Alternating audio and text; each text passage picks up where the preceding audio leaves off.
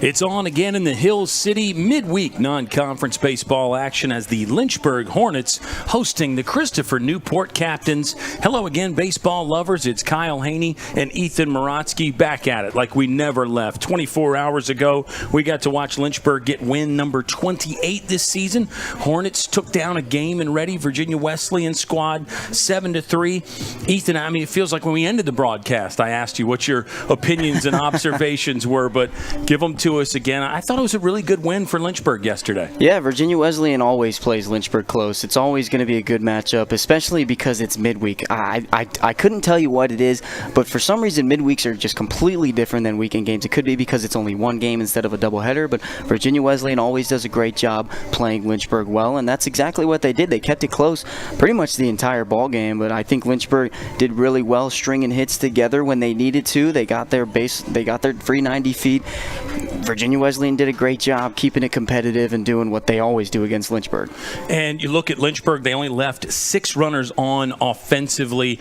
I mention that because in the loss to Avert on Sunday, they lost game 1. Lynchburg left 12 runners on base. So nice to kind of extinguish some of those demons a little bit there, get rid of that, get some timely hits. And boy, Eric Hyatt with a couple big ones. Hyatt's heater continues. It was a 2-hit day for Logan Webster. He threw a double in there. And Lynchburg pitching was really good. Logan Tapman moves to 2-1. He went 6 strong innings yesterday, surrendered 1 earned run, 4 hits for Tapman. Colin McGuire got his 5th save of the season. He went the last 2 1/3, no earned runs there, gave up 2 hits and struck out 3.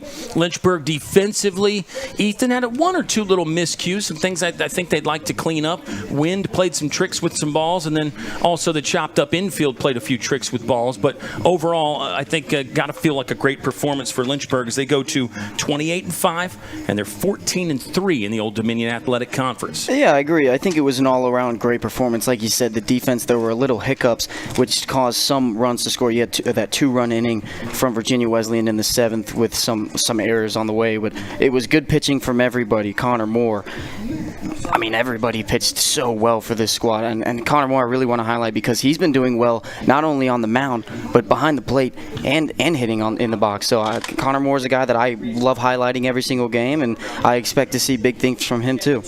Connor Moore is in the lineup today and catching. The starter will be Lucas Marrero for Lynchburg. Let's run down our starting pitching here for Christopher Newport. It'll be Chase Husted. This guy is from Mechanicsville. He spent some time at James Madison University. A 2-4 record this year for Husted. You can see, though, a lot more innings pitched than Lucas Marrero. For Marrero, this will be start and appearance number 3, but so far so good for Marrero. He has impressed. Yeah, I completely agree. That midweek kind of non-conference matchup started towards the beginning of the year. It looked like it was going to be Davis Watson, a couple hiccups from him. I know that he's still confident when he goes in, but Lucas Marrero got the last 2 starts, and he's done really well for this squad. You see that 138 average against, and that's not easy for the squads that he's gone up against. No doubt about it. Marrero did pitch on the road in Newport News last week. Lynchburg got a win over CNU, so the Captains will be looking for revenge. We've got some other great storylines today. It's Give Day tomorrow. Give to the Hive in 2025, so that will be part of our discussion. We may have a special guest coming on for that. And if you go to your home plate meeting right now, it's Travis Beasley, the second-year head coach, and the man for CNU is really a legend. John Harvell, 12 NCAA appearances for Coach Harvell, and the really neat stat is this will be game number 1,000 that he has managed today. Really just an impressive resume, to say the least. 3 World Series appearances for CNU under Coach Harvell. He made it to the Super Regional last year, 29-12 last season. And check this out for Coach Harvell. This is game 1,000, right, Ski? He has, in 24 seasons of coaching, 23 winning seasons at CNU. Incredible stuff. Yeah, 100%. Incredible. It's impressive. CNU, we talked about it before when we were writing everything down, getting the squads ready for this broadcast. It seems like CNU, no matter what their ranking is or if they're ranked or if not, it doesn't matter. They're always going to be a competitive team, and they're never going to be an easy squad to take down. Captains have been in the NCAA Regional 5 of the last 6 seasons by their standards. contenders. This year, it's a little bit of a down year so far, 17-14, but the Captains will certainly be very dangerous. Lynchburg looking to stay undefeated at home this year. Hornets are 28-5. It is a key non-conference matchup for a potential postseason resume as well. Your NPI rating is at stake in a game like this. We'll find out how it unfolds. We've got a much better day to play. Less wind, a few degrees warmer, grass is green, skies are blue, and baseball is coming up next on the Lynchburg Hornets Sports Network. Think a private education is too expensive? Think again. At the University of Lynchburg, you can get a personalized education for the cost of a state school. If you're commuting and you get our top scholarships, you could pay much less. And you get all that without the hassle of giant lecture halls. Our faculty know your name here and do more than just teach. You might even do research together and plan out your next career moves.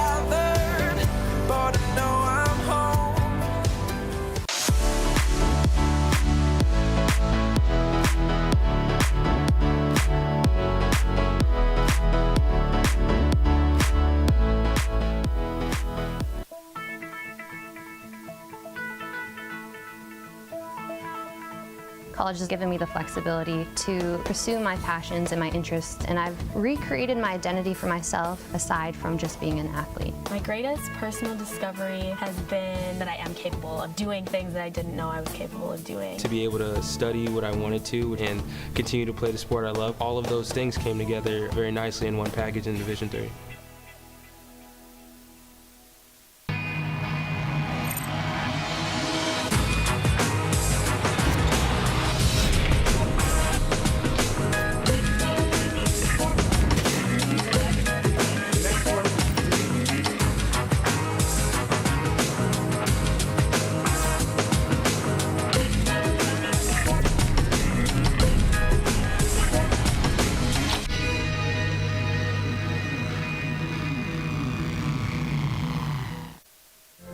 Football has taught me a lot throughout my life.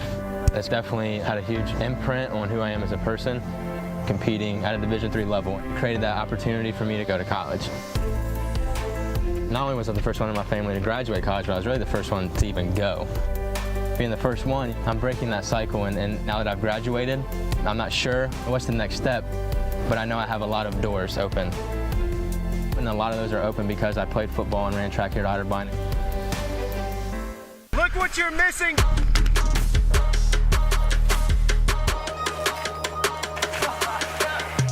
It really don't matter to me, I'm just happy to be here, I might go crazy.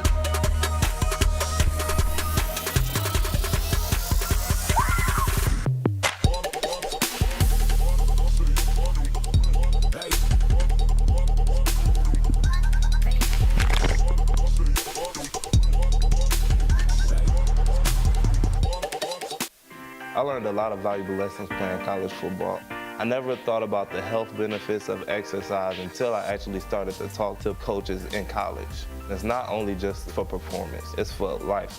My coaches instilled the importance of well-being, not only building up strength, mental health, getting enough sleep, eating properly is all what it is to be healthy. I decided that I want to go on a personal trainer and share my knowledge that I obtained in college about physical and mental well-being.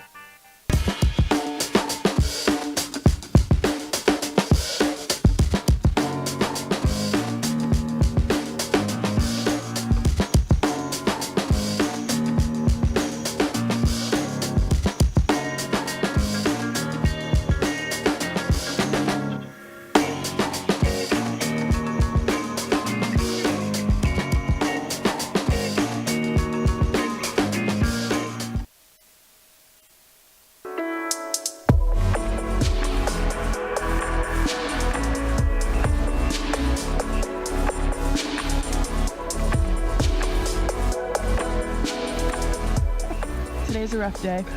Jess and I are officially on a break. The couple canoe has broken up. It's not. How you feeling? Living the dream. Just canoeing. That's the Mexican side behind me. The U.S. is that way. So far, we're all still alive. I really want a peanut butter and jelly sandwich.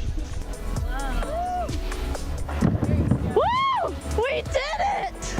Kind of.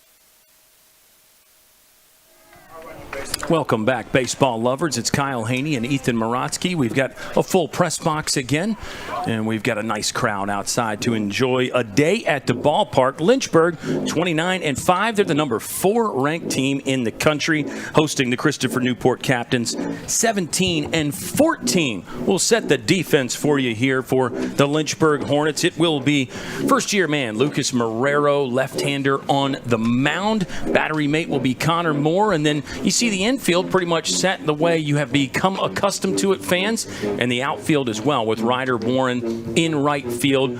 Still going to see Parker Cato some, Ethan, but Ryder Warren has really been giving the Hornets coaching staff what they have been looking for. We know he's starting to come alive, swinging the bat, and so much uncertainty coming into the year in the outfield. Then you lose Quinn Madden, so obviously you only get more uncertain. But you really have to say guys like Logan Webster, Joe Munitz, and Ryder Warren today have stepped up. Yeah, I completely agree. I think we're getting towards that crunch time where postseason is looming on every single team, and you're getting to that point where the lineup starts to become a little bit more set in stone to where you know what guys are going to be in that lineup almost every single game. And I think Ryder Warren has done a great job stepping up. Not to say that I don't think Parker Cato's not done a good job. I think he's done a great job. You're a freshman that came into this lineup and played instantly, and so I think both of them are doing a fantastic job. I think Ryder Warren has just slowly gotten more and more set into that right field position defensively and offensively. You got some other options in the outfield out there as well, and we may run down some of them as the afternoon goes on. Here's the batting order for CNU. Again, coached by John Harvell in his 25th season.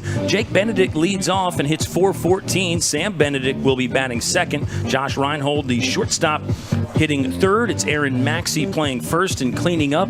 Cameron Slough is the catcher. Slough catching. Aiden Stufel is a junior left fielder batting sixth. Justin Likas playing second, hitting seventh. Lincoln Lupson, DH. He's a senior, a guy that used to play at Randolph-Macon. And Scott Cross in the right fielder is a grad student from Chesapeake, rounding out the order. Captains won against Marymount on Monday, 13-3. They actually lost to Randolph-Macon 14-8 on Sunday, so it's a little mini one-game winning streak for CNU. They've lost 3 of their last 4. They're 5-5 in their last 10. For Lynchburg, they have won 9 of their last 10, and now it's 2 in a row after beating Virginia Wesleyan yesterday and winning Game 2 down in Danville against the Averett Cougars on Sunday. Hornets are 28-5, undefeated at home. In fact, the last time Lynchburg lost at home, it was to CNU last year. First pitch from Marrero is fouled away, and we are underway on Lakeside Drive, starting with an 0-1 count. I think that's a great way for both of these, both this hitter in Benedict and Marrero on the mound. You start off firing from both sides.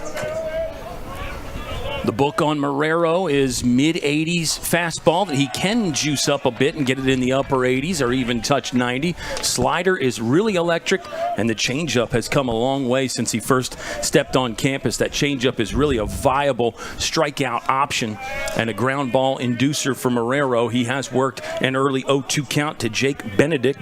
Center fielder is a junior from Connecticut, hitting over 400.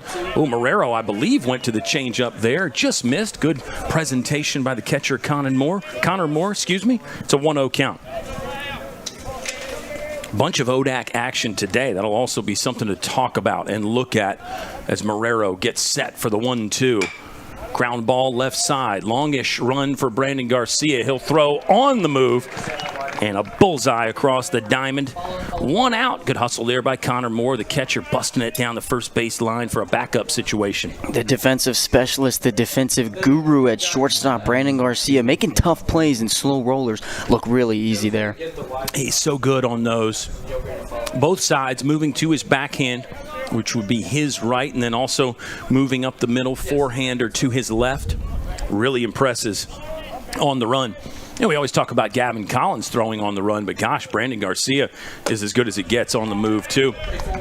There's a dot on the first pitch fastball, a 1 count to Sam Benedict, junior third baseman, 293 average on the season. 5 pitches in, Marrero already looks dialed in. It looks like he's hit every single spot so far. Well, it sure does. Even that 0-2 pitch, I think he put that exactly where the coaching staff wanted. That was just off the plate, evens up the count at 1 ball and 1 strike. Bryce Demery is in the lineup for Lynchburg, DHing. More on that when the Hornets come to hit here in the bottom of the first inning. Nice sunny day.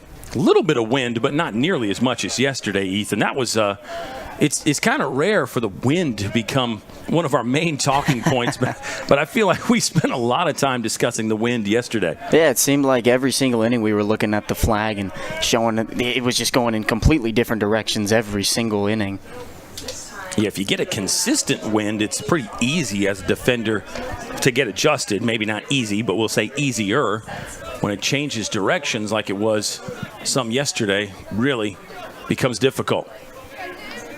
Hornets are in the all-black look today. Fantastic outfit. CNU all have the high pants on, showing the stirrups. Blue top, white pants. There's a good location on a lively fastball, and now it's a full count to Sam Benedict. Josh Reinhold waits on deck. Benedict is a career 298 hitter. Hornets defense has slid back. Tsutsui was even with the bag earlier, but now normal depth for the third base spot. That one's upstairs, and it's ball 4. First walk of the ball game, puts the first runner on, and really for Marrero, it's about the only kink in his armor right now. He has walked 10 in 2 starts. He's 1-0 in 2 starts. Batter's hitting just 138, which is minuscule, but 10 free passes in there. He's hit a batter as well. So really, you got to say for a young guy like this, control the only thing standing in his way right now, Ethan. Well, I 100% agree, and when you walk the second batter of the game, you really have to look into the positives. You got the first hitter out, the first Benedict out with a ground ball. You're just another ground ball away from getting out of this first inning and setting the tone for this Lynchburg team and for these 9 innings. Lynchburg certainly knows how to turn those double plays. They've done that quite a bit this season. We didn't have any yesterday, so the statistical update should be pretty easy. Lynchburg has turned 27 as a team. This is game 34 of 39 for Lynchburg, so not many left. We've got 2 more regular season home games coming up this Saturday. We'll discuss that some. As this afternoon goes by, Josh Reinhold flares one to right field. Long run down in the corner, and that will land for extra bases. Reinhold takes the turn. Stop sign at third for Sam Benedict. He'll hold there, but a double for Josh Reinhold gets 2 in scoring position for the captains, who are ready to go early. It'll bring up sophomore first baseman Aaron Maxey. Really great job going the other way. You got the lefty-righty matchup at the plate, so good job being able to drive that into the corner. Going to be extra bases every single day of the week. Ryder Warren really was slid into that right center gap, away from the line a bit, so he had no chance. He got to it quickly, though. You have to give Ryder Warren some credit there. Tsutsui even with the bag at third. First baseman Eric Hyatt is back there with the lefty swinging Aaron Maxey, a .369 hitter on the season. He'll take ball 1. It looks like Marrero is struggling a little bit on these lefty-lefty matchups. These are the most important, especially with a lineup that's always going to be solid with Christopher Newport. Maxey's got the team lead in runners driven in, 30 RBIs this year. Scratch that, 31 RBIs for Aaron Maxey. 3 jacks, 3 doubles. He's been hitting in the middle of the lineup for most of the season. We'll get a mound visit from head coach Michael Solbach with a 2-0 count. Cameron Slough is on deck. He's a .326 hitter. So don't let the record fool you. This is a good CNU team, 17-14, and they bring back a lot of guys from a super regional squad last year. Just goes to show you how tough this game is and how tough their schedule is as well, because CNU is typically gonna load up on heavy hitters on the schedule. I completely agree, and it shows, this right here shows you the experience that this lineup has. You have a freshman starter on the mound who's had a couple good starts, but you're taking advantage of that early access from this starting pitcher, and they're really laying it on him for the first couple batters. Mound visit over, fairly quick one there from Michael Solbach. And it's back to work for the first-year man, Lucas Marrero. Lynchburg's bullpen pretty intact. They did use 3 out of the bullpen yesterday, including Colin McGuire, who picked up his 5th save of the season. Marrero is set above the letters, the 2-0. Check swing, I think he went around. Umpire agrees with me, and Aaron Maxey is now hitting with a 2-1 count. There's 1 out in the top of the first. I like the aggressiveness from Maxey with 2-0 count. Your majority of the time you're going to get a fastball or something in the zone, but Marrero went to the slider there. Really good job finding that corner. Yeah, and good, maybe a little bit of game of cat and mouse there by Marrero to go with the slider on the 2-0 count. He missed with the 2-1 delivery, though, and now it's a hitter's count again for Aaron Maxey. Maddox Sutsui is backed up a little bit, maybe 2 steps off the line there at third base, or 2 steps behind the bag, rather. He's well off the line. The 3-1 swung through, and now our count is full with 1 out. Maxey took a mean cut there. Yeah, really big swing. I don't blame him. 3-1 count. You know he doesn't want to walk the bases loaded, and with the low experience from the freshman, I really like that cut. Payoff pitch on the way. First really big pitch of the ball game comes with 1 out in the top of the first. It's up and away for ball 4. Marrero has walked 2 out of 3. There's a double. That's the meat and the sandwich in there. However, Ethan, he's still just 1 pitch away. He's 1 ground ball away from getting out of the inning unscathed. Always got to take the positives away. You're right, 1 pitch away from getting a ground ball. And even if you don't get the double play, you do have that out at home or even really anywhere. So Lucas Marrero got to take the positive. But if you're CNU, you're looking at it as 1 pitch away from scoring 1 or 2 runs. Cameron Slough swung through a disappearing slider. Yeah, Marrero has got great action on the slider. Just got to throw a few more strikes here. He will begin Slough with an 0-1 count. Slough catching. This is start number 25 this season. CNU is like Lynchburg. They've had some injuries in the catching department. 0-2 count. Nice to see Marrero bounce back here with some big pitches. Let's see if it's a setup pitch or Marrero tries to put him away here. Moore down on 1 knee. This will be in the dirt. Good block by Connor Moore. Slough didn't offer. He's driven in 27 this season. That's good for 2nd on the team. And the slugging percentage is .478. Slugging for Jake Benedict is .620, by the way. He was the leadoff hitter for CNU we saw earlier. The 1-2. This ball's lifted to left field. Might not stay in the yard. Long run for Logan Webster. He's back at the Super Regional Championship sign, making the grab on the warning track. Sack fly for Cameron Slough. CNU leads early. That ball was awfully close to getting out of town there.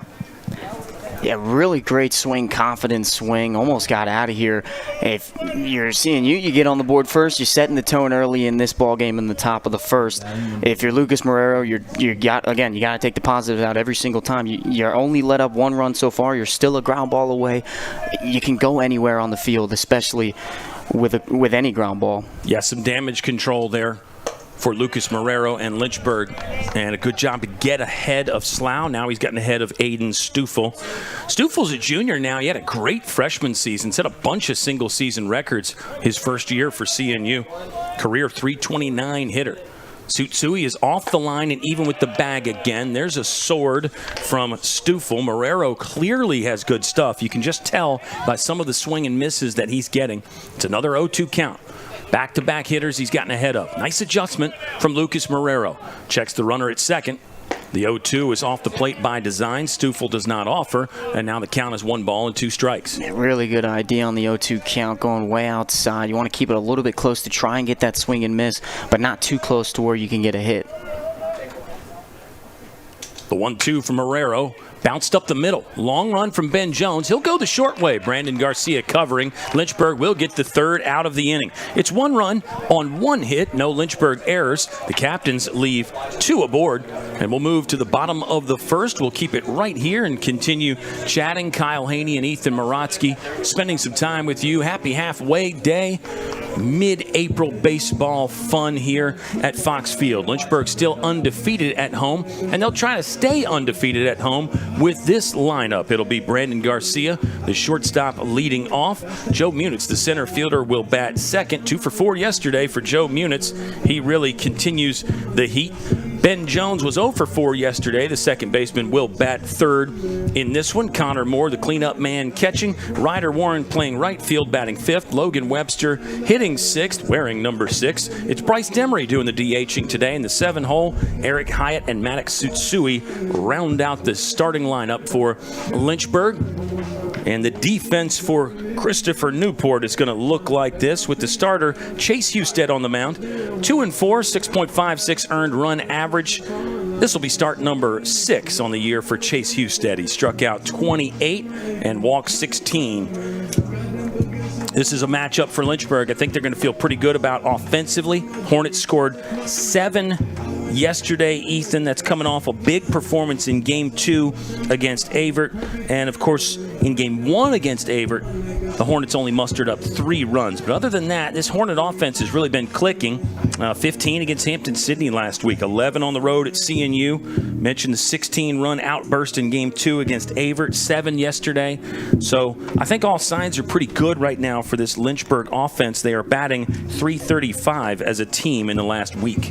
Yeah, the story of this Lynchburg squad really this week is starting the streaks back up. You had a winning streak going into that Avert game, and you split with them. So you take the second doubleheader game against Avert pretty well, too. They played really well, scored a lot of runs, and then they won yesterday against Virginia Wesleyan, another tough mid-season or midweek for this squad. And now you're starting up the streaks also with Brandon Garcia and Ben Jones, as they both lost their hitting streak and on-base streak. So really this week is all about starting everything back up. That's a fantastic transition by you and a fantastic theme for the day. Start those streaks back up. Garcia wants to start a new hitting streak.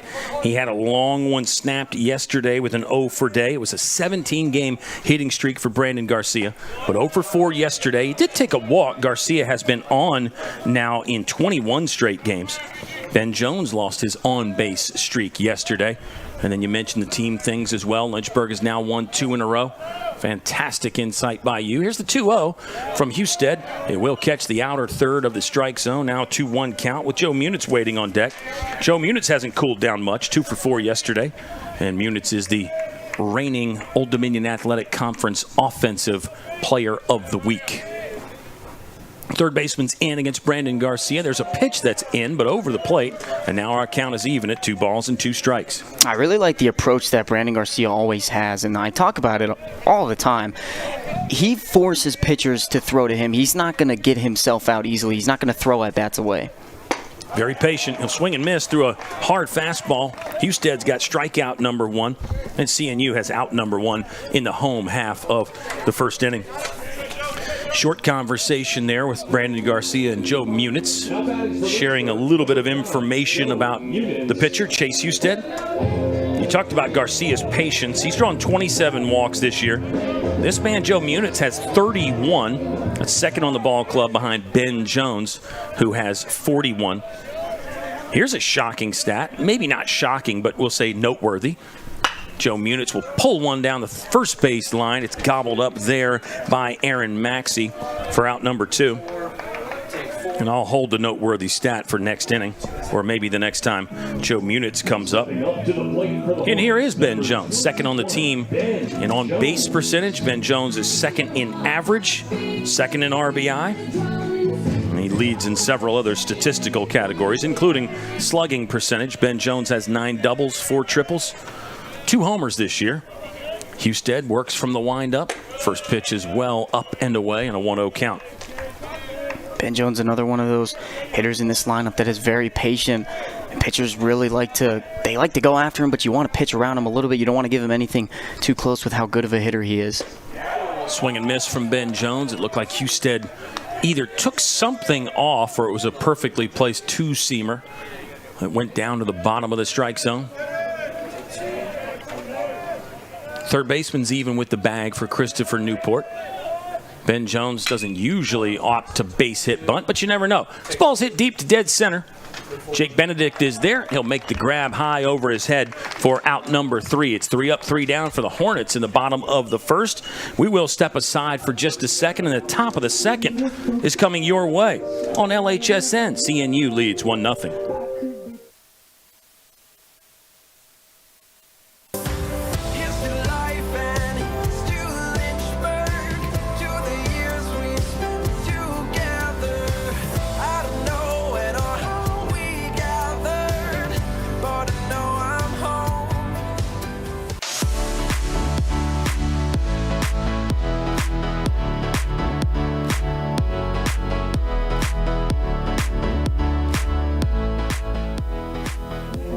Seven, 8, 9 due up for CNU in the visitors' half of the second inning. It'll be Justin Likas leading off. Captains lead 1-0 after 1 complete.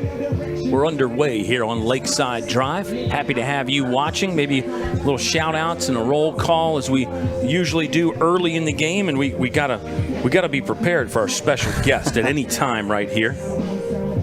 But yeah, Ginger Arrington's already in the chat saying let's go Hornets. Wes Arrington got to pitch a little bit against Liberty yesterday. Game didn't go the way the Virginia Cavaliers wanted it to, but always nice seeing Wesley Arrington on the mound. Kevin says Kyle and Ski killing it. It could be Kevin Nestor, could be Kevin Cardozo. There's a lot of Kevins that could be. David Crossan is in the chat. Scott Crossan is due up third. Feel like there could be relation there. Scott Crossan's a 5th-year right fielder from Chesapeake, batting 9th for CNU. So yeah, all good fun here. Lynchburg's got a doubleheader against Bridgewater.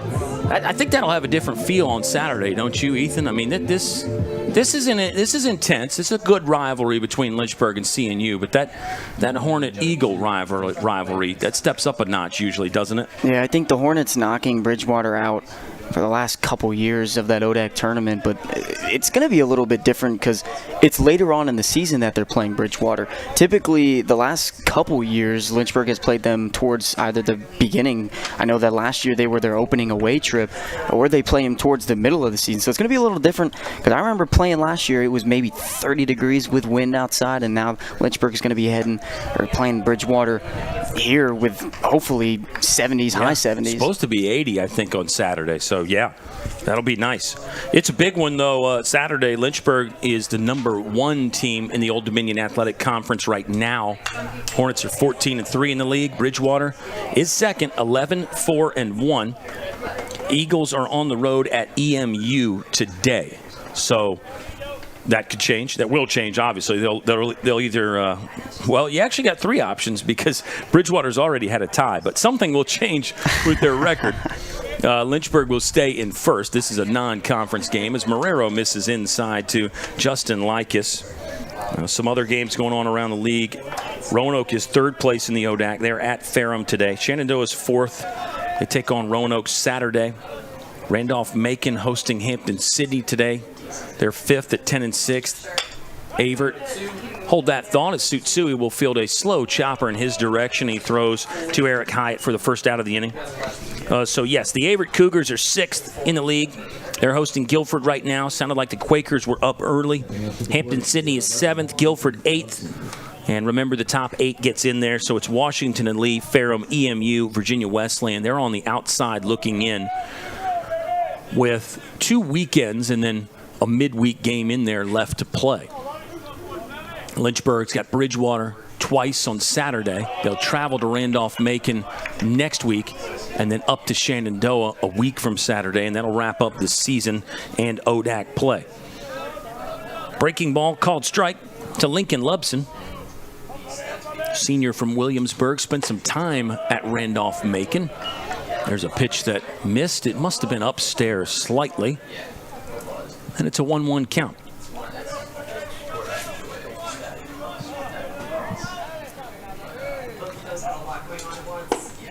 Down and in to the designated hitter with Scott Crossan on deck. Lynchburg went down in order, so it'll be 4-5-6 due up in their half of the second inning. Lubson's a guy with some power. Remember that both from his Randolph-Macon years and last year with CNU. He's caught a little bit and played some first base, but DHing today. That one was in the dirt, nearly hit Lubson. But instead, it's just a ball and a 3-1 count. We saw a strong first, really two batters from Lucas Marrero. But he's struggled to sort of settle in here on the mound. Might just have to tweak a couple of things possibly, but we know that the ability is there for pitching on Lucas Marrero. I think just the consistency piece, and that's so often for young pitchers, but I think often for pitchers in general, right? I mean, you look at guys on TV, sometimes they have a great start, they come out, they don't walk anybody, and then 4 or 5 days later, all of a sudden they can't find the strike zone. So obviously a tough thing. Full count now, as Marrero does check the inside part of the plate on that one. Lubson's going to hit this one deep to right. Ryder Warren's got a chance to make the grab, and he will for out number 2. I think something else that has to do with it is Lucas Marrero is young, and he has the ability, but for some pitchers, it's really finding your sort of superstition or your niche when you're on the mound. I know you go back to Brandon Pond with how dominant that he was in his college career, or is in his college career. He was always chewing gum on the mound. And maybe it could even be something as small as that or something even bigger, but it's just trying to find out what makes you feel more comfortable on the mound. Baseball players are so routine-oriented and some would say superstitious, too, as Scott Crossan flares one into center field. That'll fall down for hit number 2 of the ballgame for CNU. Crossan's aboard with 2 outs, and it turns the lineup over to the leadoff man, Jake Benedict. Benedict grounded out to the shortstop in inning number 1. So second time through the lineup here. Got to be careful if you're Lynchburg. Again, it is a young pitcher who's struggling a bit with the consistency. You go through a lineup 2 or 3 times, a good lineup like the Christopher Newport captains have, all of a sudden he can get victimized in the blink of an eye. Benedict's the kind of guy that can do it as well. Already talked about his slugging percentage, .620 this year. Benedict's got 10 doubles, 2 triples, and 4 home runs. There's a ball that just missed, and the count is 2-0. You got to say this about Marrero. I mean, the misses are all fairly close and competitive. Yeah, I agree. I think it's slowly starting to get there. And again, you can take his last couple starts. He gets that tiny bit more of experience as that one gets by Connor Moore. So Crossan will now be 180 feet away from scoring. And that felt like a bigger miss for Marrero because Moore was set up on the outside part of the plate. Marrero threw that one inside and really at the shoelaces of Jake Benedict. Runner in scoring position with a 3-0 count. Sam Benedict is on deck. He walked in his first plate appearance and scored the only run of the ball game right now. Captains lead 1-0. More activity in the Lynchburg bullpen. This ball is slashed to third base. Tough play for Maddox Tsutsui. It hit the bag, I believe. He's going to go try to tag Crossan, and Crossan will slide into third safely. Weird play right there. In hindsight, Maddox Tsutsui might have been able to stay back and field a long hop, but then you're talking about making a 120-foot throw across the diamond from behind third base. So that is really tough. The ball, I believe, hit the bag. With 2 outs now, there's runners at the corners. Yeah, I think that's a tough judgment call again. It hit the bag, so I originally at first I thought it was going to go foul, and I thought that's why Maddox Tsutsui was charging it to try and get some contact, because a slow roller, a slow chopper like that always is going to be a tough play, especially with speed at the plate. So I like the idea, but yeah, I agree with you. Also, you can stay back there and try and see where it's going to play off of. Short mound visit with catcher Connor Moore and the pitcher Lucas Marrero. And Lynchburg will have to have their first to third steal coverage buttoned up right here with Jake Benedict aboard. CNU does run quite a bit as a team. They're 50 for 54 in the stolen base department this year, and Jake Benedict is the leader. He's 14 for 14. This might be a situation where if he steals, you just let him have it, maybe run your pump fake or throw right into third potentially. The hitter is Sam Benedict, 0 for 0 with a walk. Junior swings it at .293 this season. There are 2 outs at the top of the second inning, and Marrero's still in that one pitch away category. Fairly big lead for Jake Benedict at first. He might be trying to draw a throw over there. Does not go on the first pitch. Breaking ball lands for Lucas Marrero, and it's an 0-1 count. Yeah, I really like how you brought up that Benedict might be trying to draw a throw. You get into a rundown and maybe find a way to score that runner on third with 2 outs. He bluffed a run there and stayed home. This breaking ball was lower, and it's called a ball. 1-1 count. Runners at the corners for the captains. Josh Reinhold is on deck. He doubled in his first at bat. Watch out. It's a tough captain's lineup. Lynchburg won on the road last week, but a high-scoring game, 11-7. Benedict hacks that one foul, and now it's 1-2. Well, now in a 2-strike count, this could be an opportunity where we see Benedict maybe take off early, try and, again, get that runner from third in, possibly a different way. Obviously, you want that hit that scores a run and possibly moves Benedict to third, but a lot of different possibilities here with 2 strikes and 2 outs. Marrero's ready from the stretch. Benedict will leave a little bit early. Hornets will let him go. They had no shot even if the call was to throw to second and try to get him out. The jump was just too good there. Now it's 2 in scoring position with a 2-2 count, and there's 2 outs. Big pitch coming right here from Lucas Marrero. Let's see if it's fastball or slider. Looks like he went with the slider again. Good slide and stop by Connor Moore. Now our count is full.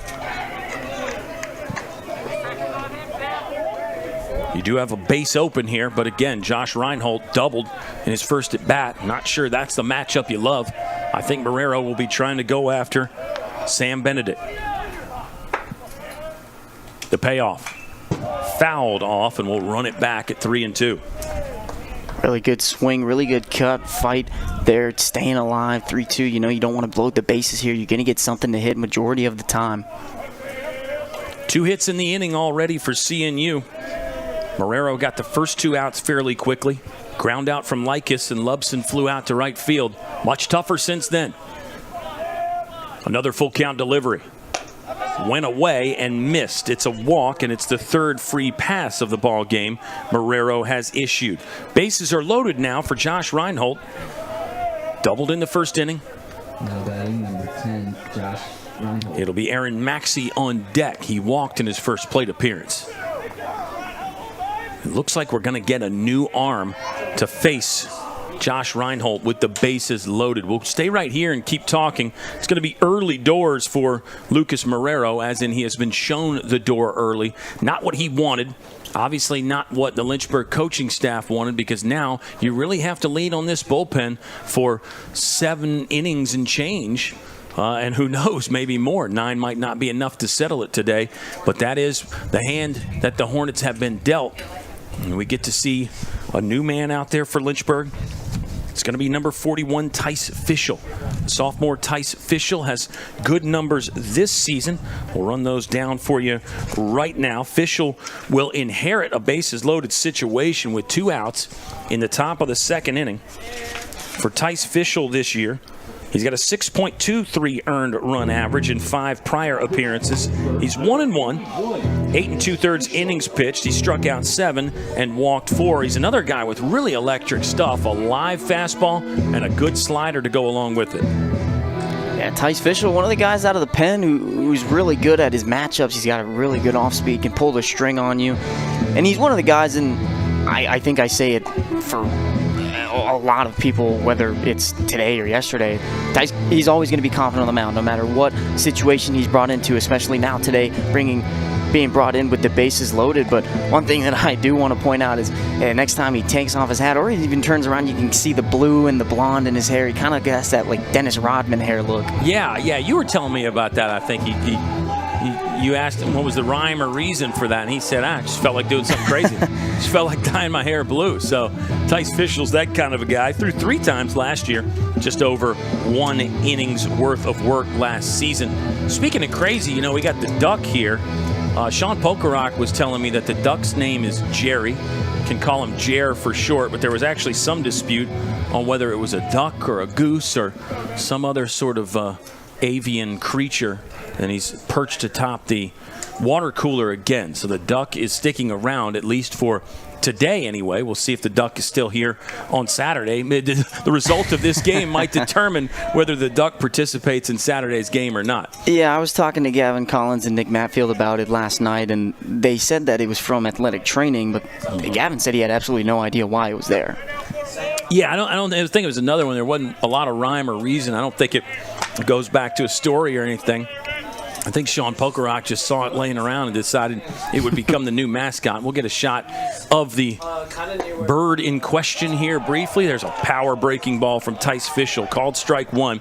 Captains didn't love the call, but Josh Reinhold hits with an 0-1 count. I think the duck/goose kind of is a big example of that superstition that baseball players love. Yeah, and you can just develop a new one anytime. Anytime a plastic duck presents itself. I think it's plastic or hard rubber. That fastball way out of the zone from Tice Fischel. Counts 1-1 to Josh Reinhold. Yeah, I think one of my biggest superstitions when I was growing up in baseball is we had a little tiny Spider-Man toy that we would always have in the dugout. Nice. Could be something big like a goose or a duck, or something small. Runners everywhere for the Captains. There's a fastball that's off the plate. Better pitch from Fischel, but still a ball. Josh Reinhold, the hitter. You've got Scott Crossan at third, Jake Benedict at second. Sam Benedict just walked. He's at first. Captain's looking for some harbor to pull the ships into. The 2-1 from Fischel. Hit up the middle. Brandon Garcia's there. He'll flip to Ben Jones, and Lynchburg gets out of it. For the Captains, it's no runs on 2 hits. They leave 3 stranded, and we head to the bottom of the second inning. Lynchburg avoiding a potential catastrophe. Captains still on top, 1-0.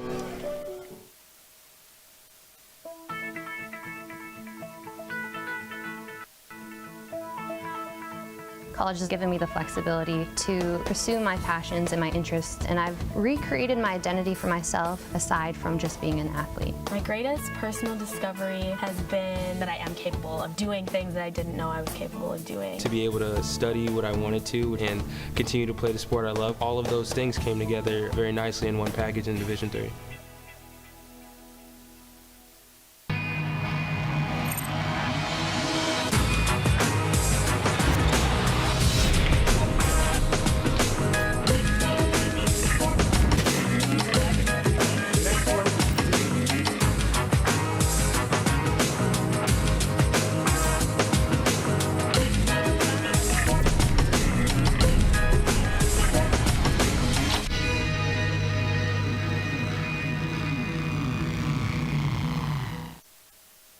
CNU leading 1-0. It's 3 hits for the Captains. They've already left 5 on base. That tells you something about what Lynchburg's done, Ethan. It could be worse right now for the Hornets. They've made some big pitches when they have mattered the most, and they're only trailing by 1. Yeah, CNU left a couple base runners on, but in their eyes, they're getting a lot of base runners on. And yeah, you may be leaving them out to dry, but eventually you're going to get that big hit or that big single or double that's going to score a couple of runs and extend this lead. If you're Lynchburg and this pitching staff, you're going to try and go into this next inning and set your own kind of pace towards the next inning and just kind of figure something out where you can slow down this CNU offense.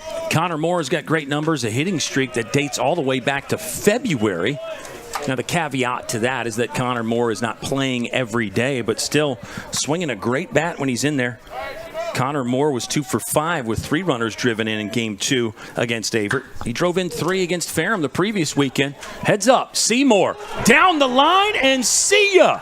Another Connor Moore bomb. He hits it out to right field. Same thing he did against Ferrum a couple weekends ago.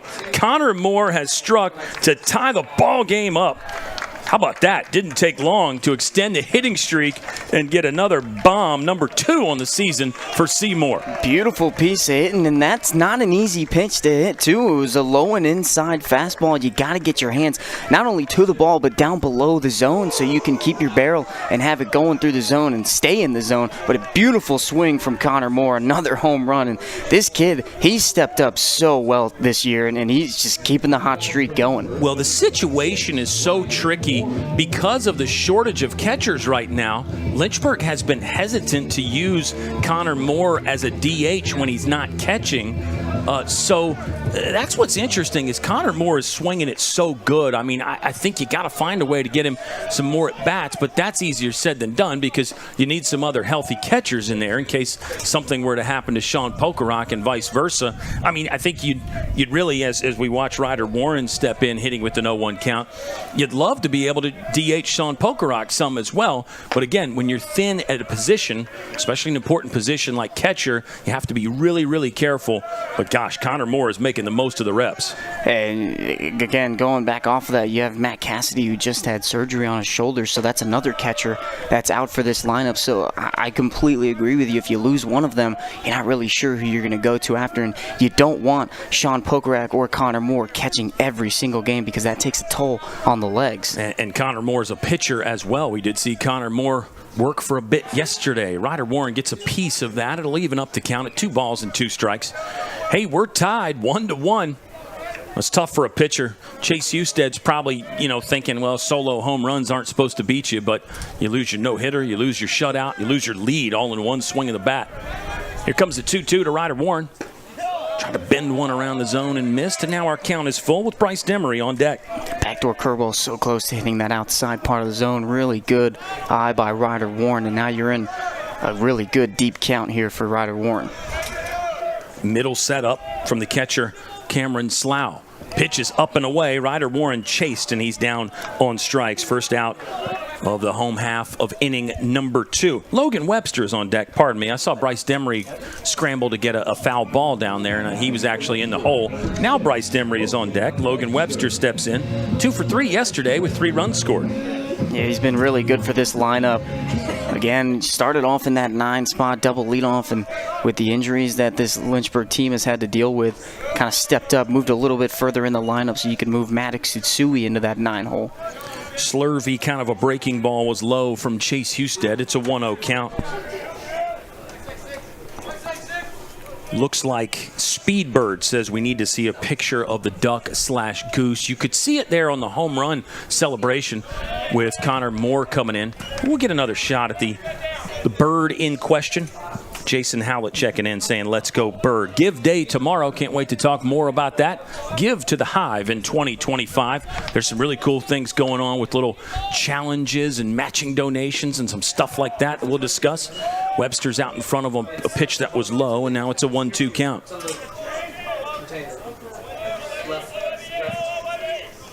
Normal depth for the defense. Outfield pretty much straight away and medium deep. Here comes the 1-2. Husted out of the windup. That's above the zone. And yeah, there's your shot at the duck as Eric Hyatt warming up beside it. Bryce Demery on this side of the fence. He's on deck. Hyatt's in the hole. Timing up the pitcher, getting some looks, having some laughs with some of the Lynchburg pitching staff over there. Webster will get enough of this to place it over the leaping shortstop. Josh Reinhold had a nice little vertical there, but he couldn't climb the ladder enough to pull that one in. It's a base hit for Logan Webster. He's starting to heat up. 2 hits in the ball game now for Lynchburg, and up steps Bryce Demery. 1 for 5 with 2 runners driven in against Christopher Newport last week for Bryce Demery.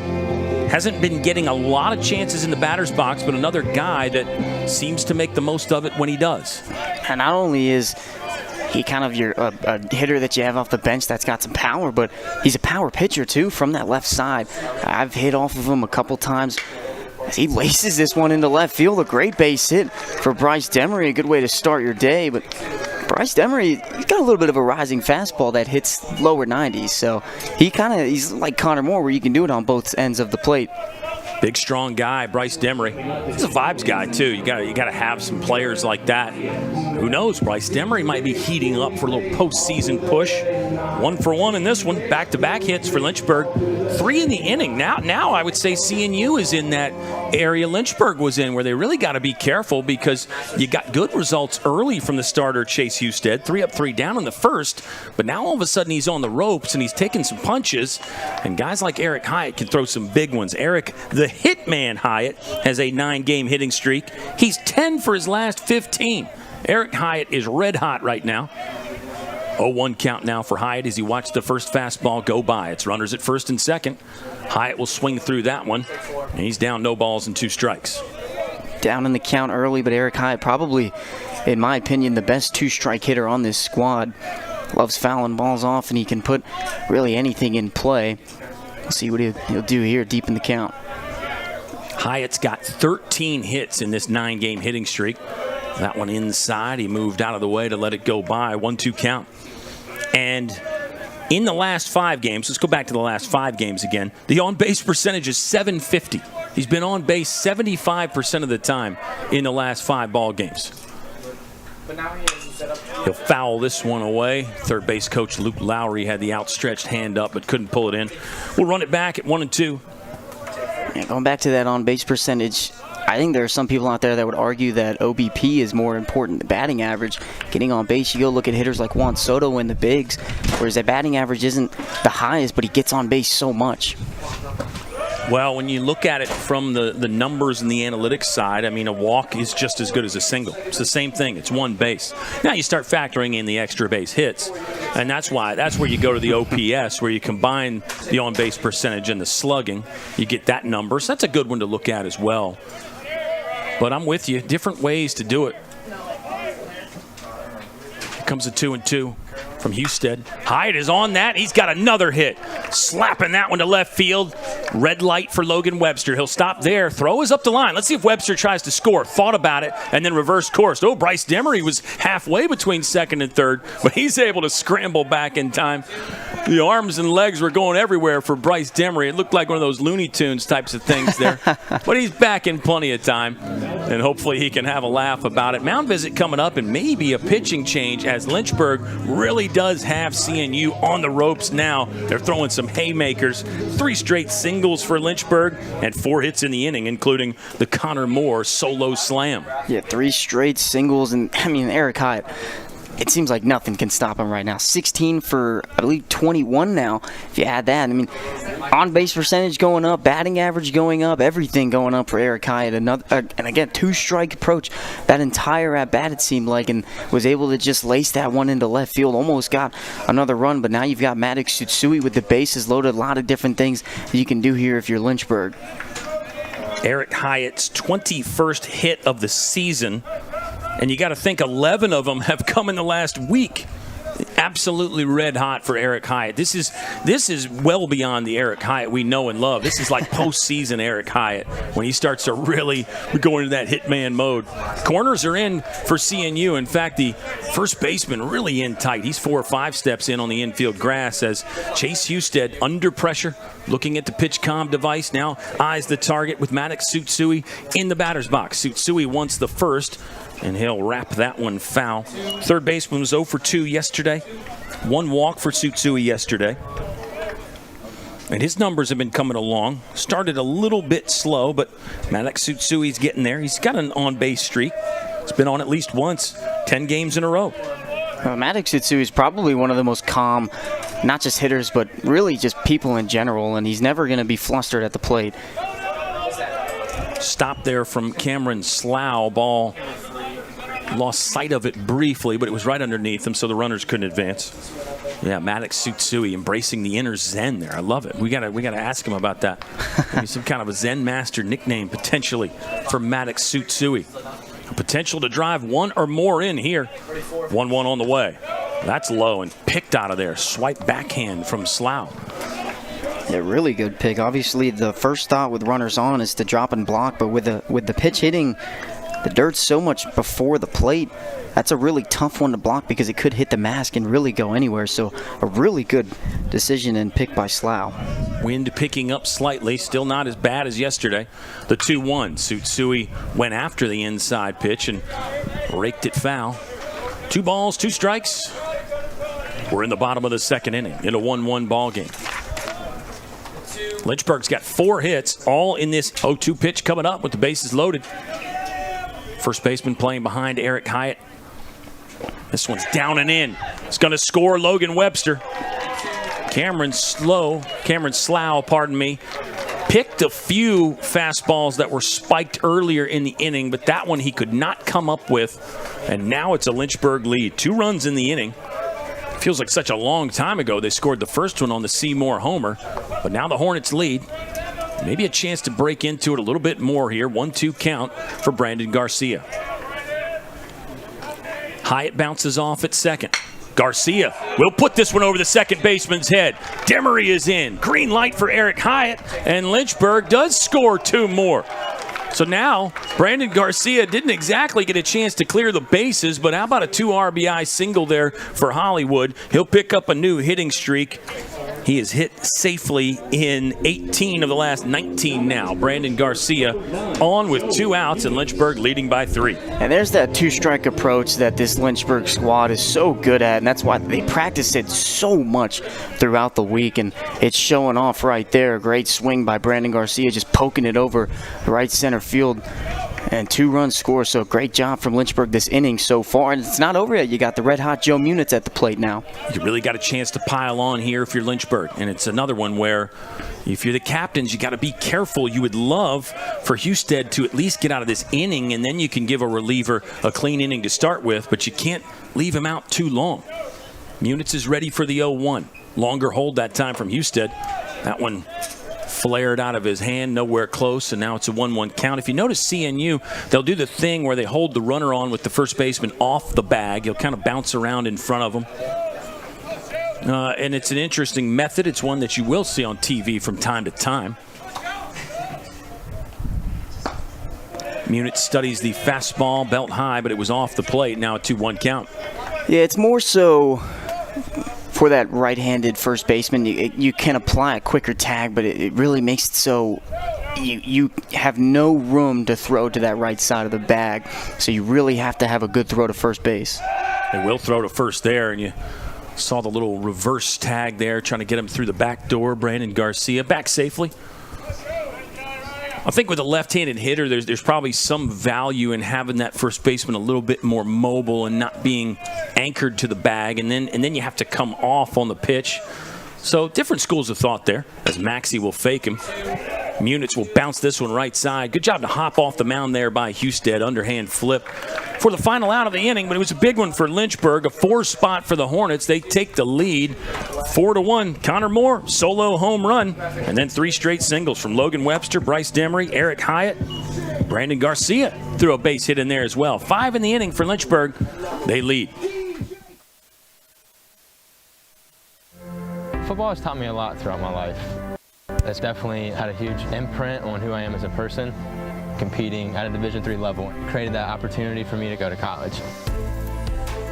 Not only was I the first one in my family to graduate college, but I was really the first one to even go. Being the first one, I'm breaking that cycle, and now that I've graduated, I'm not sure what's the next step, but I know I have a lot of doors open. And a lot of those are open because I played football and ran track here at Otterbein. Look what you're missing!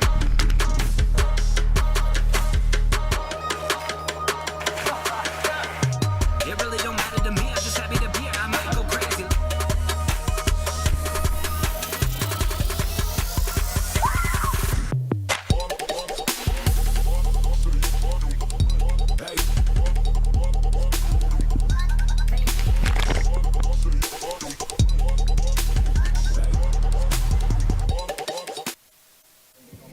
Four runs on 5 hits. Lynchburg left 1 on. No captain errors, and now Lynchburg leading 4-1 over CNU. 2 complete here at Fox Field. We're glad to have you watching wherever you are. lot of folks watch after the fact. They watch the recording, the tape, if you will, Ethan, even though it's not tape anymore. It's just a digital file that stays in a cloud somewhere or on a server, on a mainframe. Do we still have a mainframe? We got to ask our technical gurus. Yeah. Have to ask Micah for You used that to have the mainframe back in the day. I think it was just implied it was just a bigger computer, more storage or something. Fastball from Tice Fischel is up and away. It's ball one. Fischel is the second pitcher that Lynchburg has used. He threw to one batter in the previous inning, did inherit the bases-loaded jam, and was able to extricate himself and his squad. Fischel's got that hard upper 80s fastball with a plus slider. It seems like he's got a true curveball as well, or maybe he just gets on top of that slider sometimes. But it's fun to watch all pitchers just as far as how they work the breaking balls, how they use those, how they get guys out. Fischel was close there, but now it's a 3-0 count. The hitter is Aaron Maxey. The first baseman walked in his first plate appearance. Give you some Lynchburg bullpen numbers here after this pitch. That one is a called strike. Lynchburg bullpen in the last week. This encompasses the last 5 games. A 2.63 earned run average. And they've struck out 14 and walked 3 in the last 5 games. Lynchburg's bullpen has surrendered 4 earned runs in those last 5 games. It's 13 innings and change there for the bullpen. So those numbers are pretty good, and against some good competition the Lynchburg bullpen has had to work in this last week or so. Well, and the good thing about this bullpen is they're coming into the games after such great starting performances or even other bullpen performances. So this bullpen, they're really given so much opportunity to be able to do well. This ball's fouled off by Maxey. We'll rerun the 3-2 pitch. I think the old school baseball thought was get in the bullpen because that's where your weaker arms are going to be. There's a reason why this guy's not starting. There's a reason why that guy's not starting. But now in baseball, you see the bullpen as a weapon so much more. Bring in some talented guys like Tice Fischel out of there as Maxey will stay alive again. You talk all the time about Lynchburg's 2 stopper closer guys, Brock Duff and Colin McGuire, and really the list goes on. Lynchburg's got a lot of great left-handed options in that bullpen too. Yeah, a lot coming back from injury. A couple of them, Alex Crutter, you got Trevor Barnes, and there's plenty more, whether that's from the left side or even the right side. Another full count pitch. Oh, this is lasered into center field. Good at bat there from Aaron Maxey. Fouled off a couple tough ones, and then finally got one he could get the barrel on. And it's another hit. It's 4 hits in the inning, or 4 hits in the game, rather, for CNU. Sorry. Lynchburg had 5 hits in the last inning, but 4 hits in the ball game for CNU. Leadoff man is on for the first time today. We're in the top of the 3rd. Captains now trailing by 3. Here's the catcher, Cameron Slough. Slough is a sophomore, hitting .326 on the year. He'll swing at the first. Good backhand there from Sutsui. Lynchburg's got the first. They've got the second. It's tic-tac-toe around the diamond time. 5-4-3. Sutsui to Jones to Hyatt. And it's a 2 for the price of 1 ball. It looks like the Christopher Newport dugout is arguing that Ben Jones might have been off the bag. Close play, but Lynchburg getting another double play. Jones was definitely in motion as he was catching the throw, so sometimes that can fool you. But I will say the eye test, boy, it looked like he did leave. He left quickly, we'll say. I don't know if Ben Jones left the bag early. You'll have to go back and watch it again, but he left quickly. There's no neighborhood play anymore. You used to get that on those double plays back in the day. Sutsui's in on the grass here against Aiden Stufel, who did show bunt on that last offering from Tice Fischel. Yeah, pitcher's best friend. Lynchburg turns another one. For the Hornets now, 28 double plays this season. We'll get the calculator out and tell you that is 0.82 per game. 0.82 per game. There's a bottom rail fastball. Great location to make our count 1 and 2. 0.82 per game. Plus, there are also a couple that they've had this season where they've turned 2 or 3 or even more. Yeah, 4 in a game one time. I believe that was in the Ferrum series. Wow, what a twister from Tice Fischel. Outstanding breaking ball there to strike out Stufel and end the inning. That was a fun one for Lynchburg. Tice Fischel gave up a hit, but faced the minimum thanks to the double play and then the punch out. We go to the bottom of the third. Lynchburg on top by 3 on LHSN. I learned a lot of valuable lessons playing college football. I never thought about the health benefits of exercise until I actually started to talk to coaches in college. It's not only just for performance, it's for life. My coaches instilled the importance of well-being, not only building up strength, mental health, getting enough sleep, eating properly is all what it is to be healthy. I decided that I want to go on a personal trainer and share my knowledge that I obtained in college about physical and mental well-being.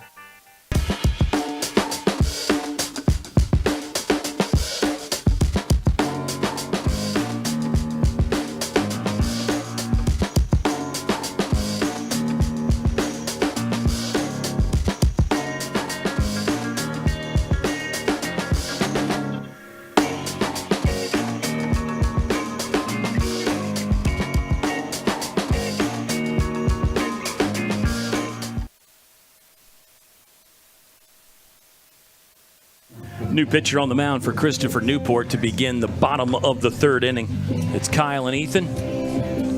We thank you so much for watching, baseball fans. Really appreciate it. And you know the coaches and the players watch too, Ethan. So we really gotta get it together. Not that we haven't had it together, but you know, just keep it together, I guess, would be the way to phrase it there. Got a new pitcher for Christopher Newport. I heard the name announced and then scanning the roster, trying to find it here. My man is pointing out Jackson Chappell is the new pitcher. Jackson Chappell has a 3.00 earned run average. He's appeared in 3, 8 strikeouts to 5 walks. He's given up 1 hit only in 6 innings. Batting average against is .053 for Jackson Chappell. So not a big sample size, but when he's been out there, he has been tough to hit.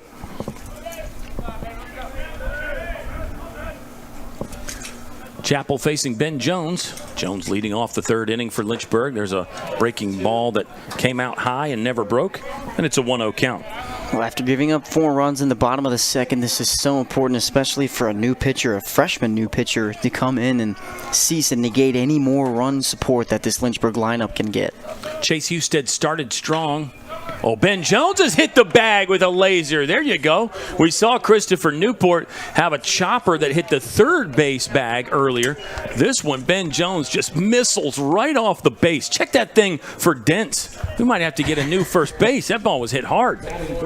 Really great exit velocity, and that's what you really expect from Ben Jones. You go back to his first at-bat, hit a really nice solid barrel towards center field, just got a little bit under it, and he's leveled it out in this second at-bat. Now you've got the dangerous Connor Moore at the plate. Oh, Connor Moore homered in his first at-bat. Solo strike to tie the game up. He's a lefty, too. You got to have that first baseman holding him on. And how about that? Worked out to perfection right there. Moore likes the first, and he pounds it through that right side.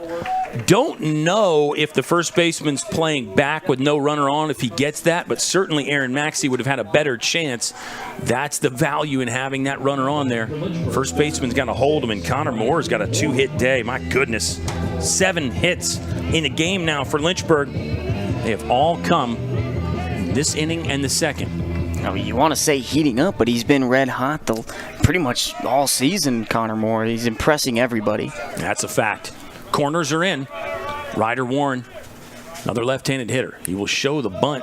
You see Warren kind of shuffle to the front of the batter's box there on the potential bunt attempt. You typically want to go more up towards the front of the box because you want to negate any opportunity for the pitch to have some movement going. Ryder Warren hits .216 on the season. This is start number 16 for Ryder Warren. Runners at first and second. He'll show the bunt again. He does get this one down. Third baseman covering. Took a look at the third sack. Oh, watch out. Close play there at first. But Warren is out. A successfully executed sacrifice bunt. Puts 2 in scoring position for Logan Webster, who's 1 for 1 with a run scored today. Webster was 2 for 3, and he scored 3 times yesterday. And that's just Lynchburg baseball. That's just really good baseball in general. You get the first 2 runners on with singles. Lynchburg lately, they've been doing it whether it's singles or base on balls, and you bunt them over second and third, and now you've got one of your veteran hitters hitting with 2 runners in scoring position. Perfect situation right here for Logan Webster. Bryce Demery is on deck, also 1 for 1.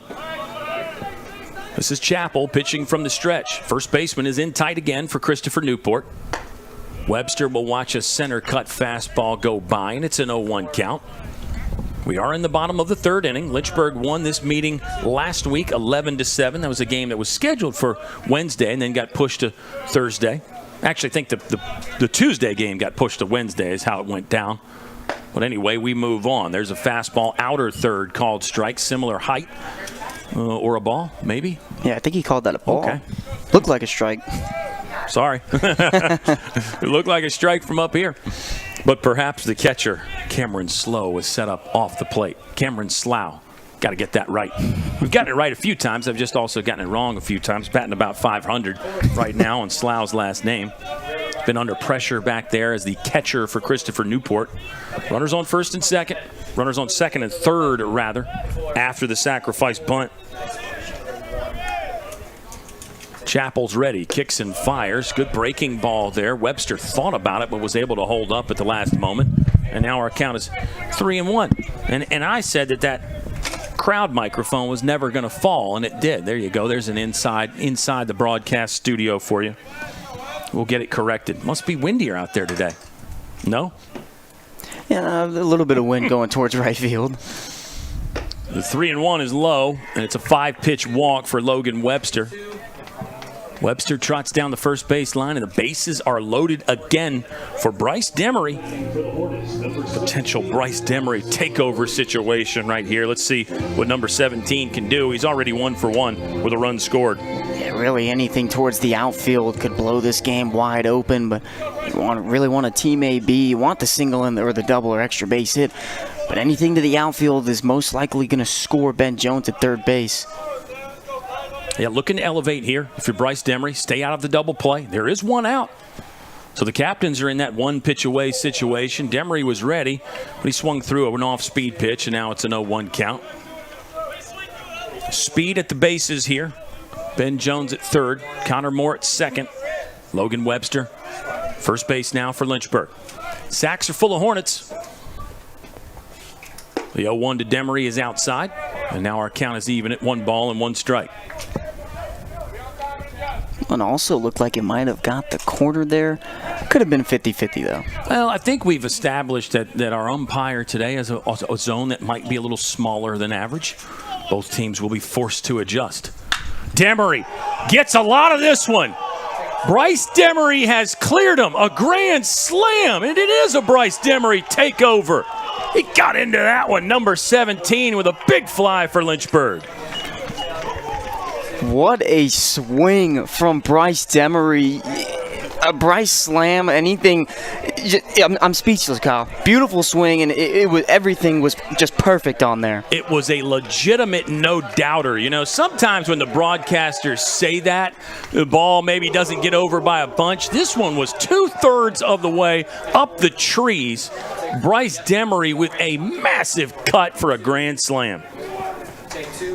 No doubter, too. You could see, if you go back, you look at the Bryce Demery swing, and as soon as he hit that, he knew it was gone, started looking towards first base, threw the bat up in the air, got your bat flip that you see everybody's starting to turn into their routines, what they call it, a pimp job when they're going towards first base, but a beautiful swing from Bryce Demery. Well, when it's a no-doubter like that, you have some time to maybe celebrate it. Second home run of the season for Bryce Demery. Lynchburg got 2 in the game. Connor Moore with the solo shot last inning. Grand salami there for Bryce Demery, and now the game is broken open again for Lynchburg. Swing and a miss by Eric Hyatt, who is 1 for 1 in the ball game, by the way. He scored in a big second inning. It's 4 in the second. It's 4 here. And it's a 3-hit inning for Lynchburg that continues with 1 out. Man, how much fun is that? Not a whole lot of fun for the captains as Eric Hyatt flares one away. CNU's got an offense that's still in the ball game, but you got to get back in the dugout if you're the captains. You got to find a way to limit these big innings. They've been unable to do that in frames 2 and 3. Good for Bryce Demery. Got to say again, as Hyatt get this 1-2 off the end of the bat. Does that fall? That does not. Good run there, and then a back pedal from the second baseman, Justin Likas, to make out number 2 of the inning. But let's say this real quick. you got some guys for Lynchburg, like we've mentioned, Connor Moore and Bryce Demery, who are not in the lineup every day. They're doing what coaches talk about. They're making it difficult to leave them out of the lineup. Yeah, especially because we're getting close to that playoff time where you really want to find your set lineup, and it looks like Lynchburg can do multiple different things. It doesn't, and the good thing about it is that they have so many lefties. We talk about how they had 7 in the lineup in that game against Averett. You can do multiple different things depending on what pitcher they have out on the mound. And then later on in the game, you can get a couple pinch hitters in there, and I think Bryce Demery is really making a case to either be in the starting lineup or be one of the pinch hitters off the bench. Well, and you got a legitimate, bona fide right-handed power hitter with Bryce Demery, who is 2 for 2. He did single in his first at-bat, but, you know, he hit a grand slam. People are going to focus on that with good reason. Maddox Sutsui struck out. First time up. Not this time. Oh, good play here again. Likas. Couple snazzy ones. First on the back pedal out to shallow center field, and then that time using the backhand to go up the middle. Big inning for Lynchburg. 3 hits, 4 runs. Big fly from Bryce Demery. Separation for the Hornets through 3 complete. Lynchburg 8, CNU 1.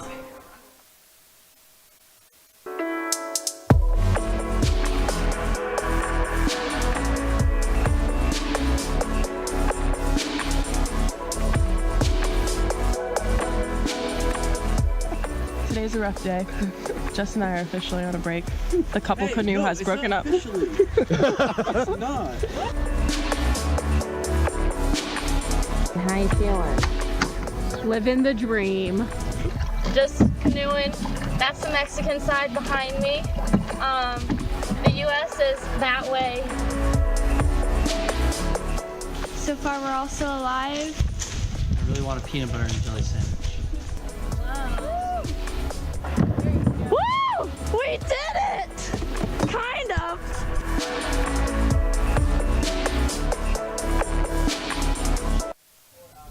The Christopher Newport captains led early in this ball game. A 1 spot in the top of the first for CNU.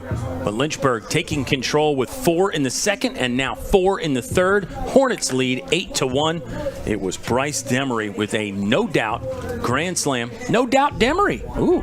It's a good one. That rolls off the tongue right there, doesn't it? That just rolls off the tongue right there. Bryce Demery's 2 for 2, by the way. Connor Moore is 2 for 2 with a solo home run. Don't leave out Connor Moore. Garcia's got a hit. Ben Jones has a hit. It looks like 3 players for Lynchburg right now through 3 complete are hitless. That's Joe Munitz, who's 0 for 2. Ryder Warren is 0 for 1 with a sacrifice bunt.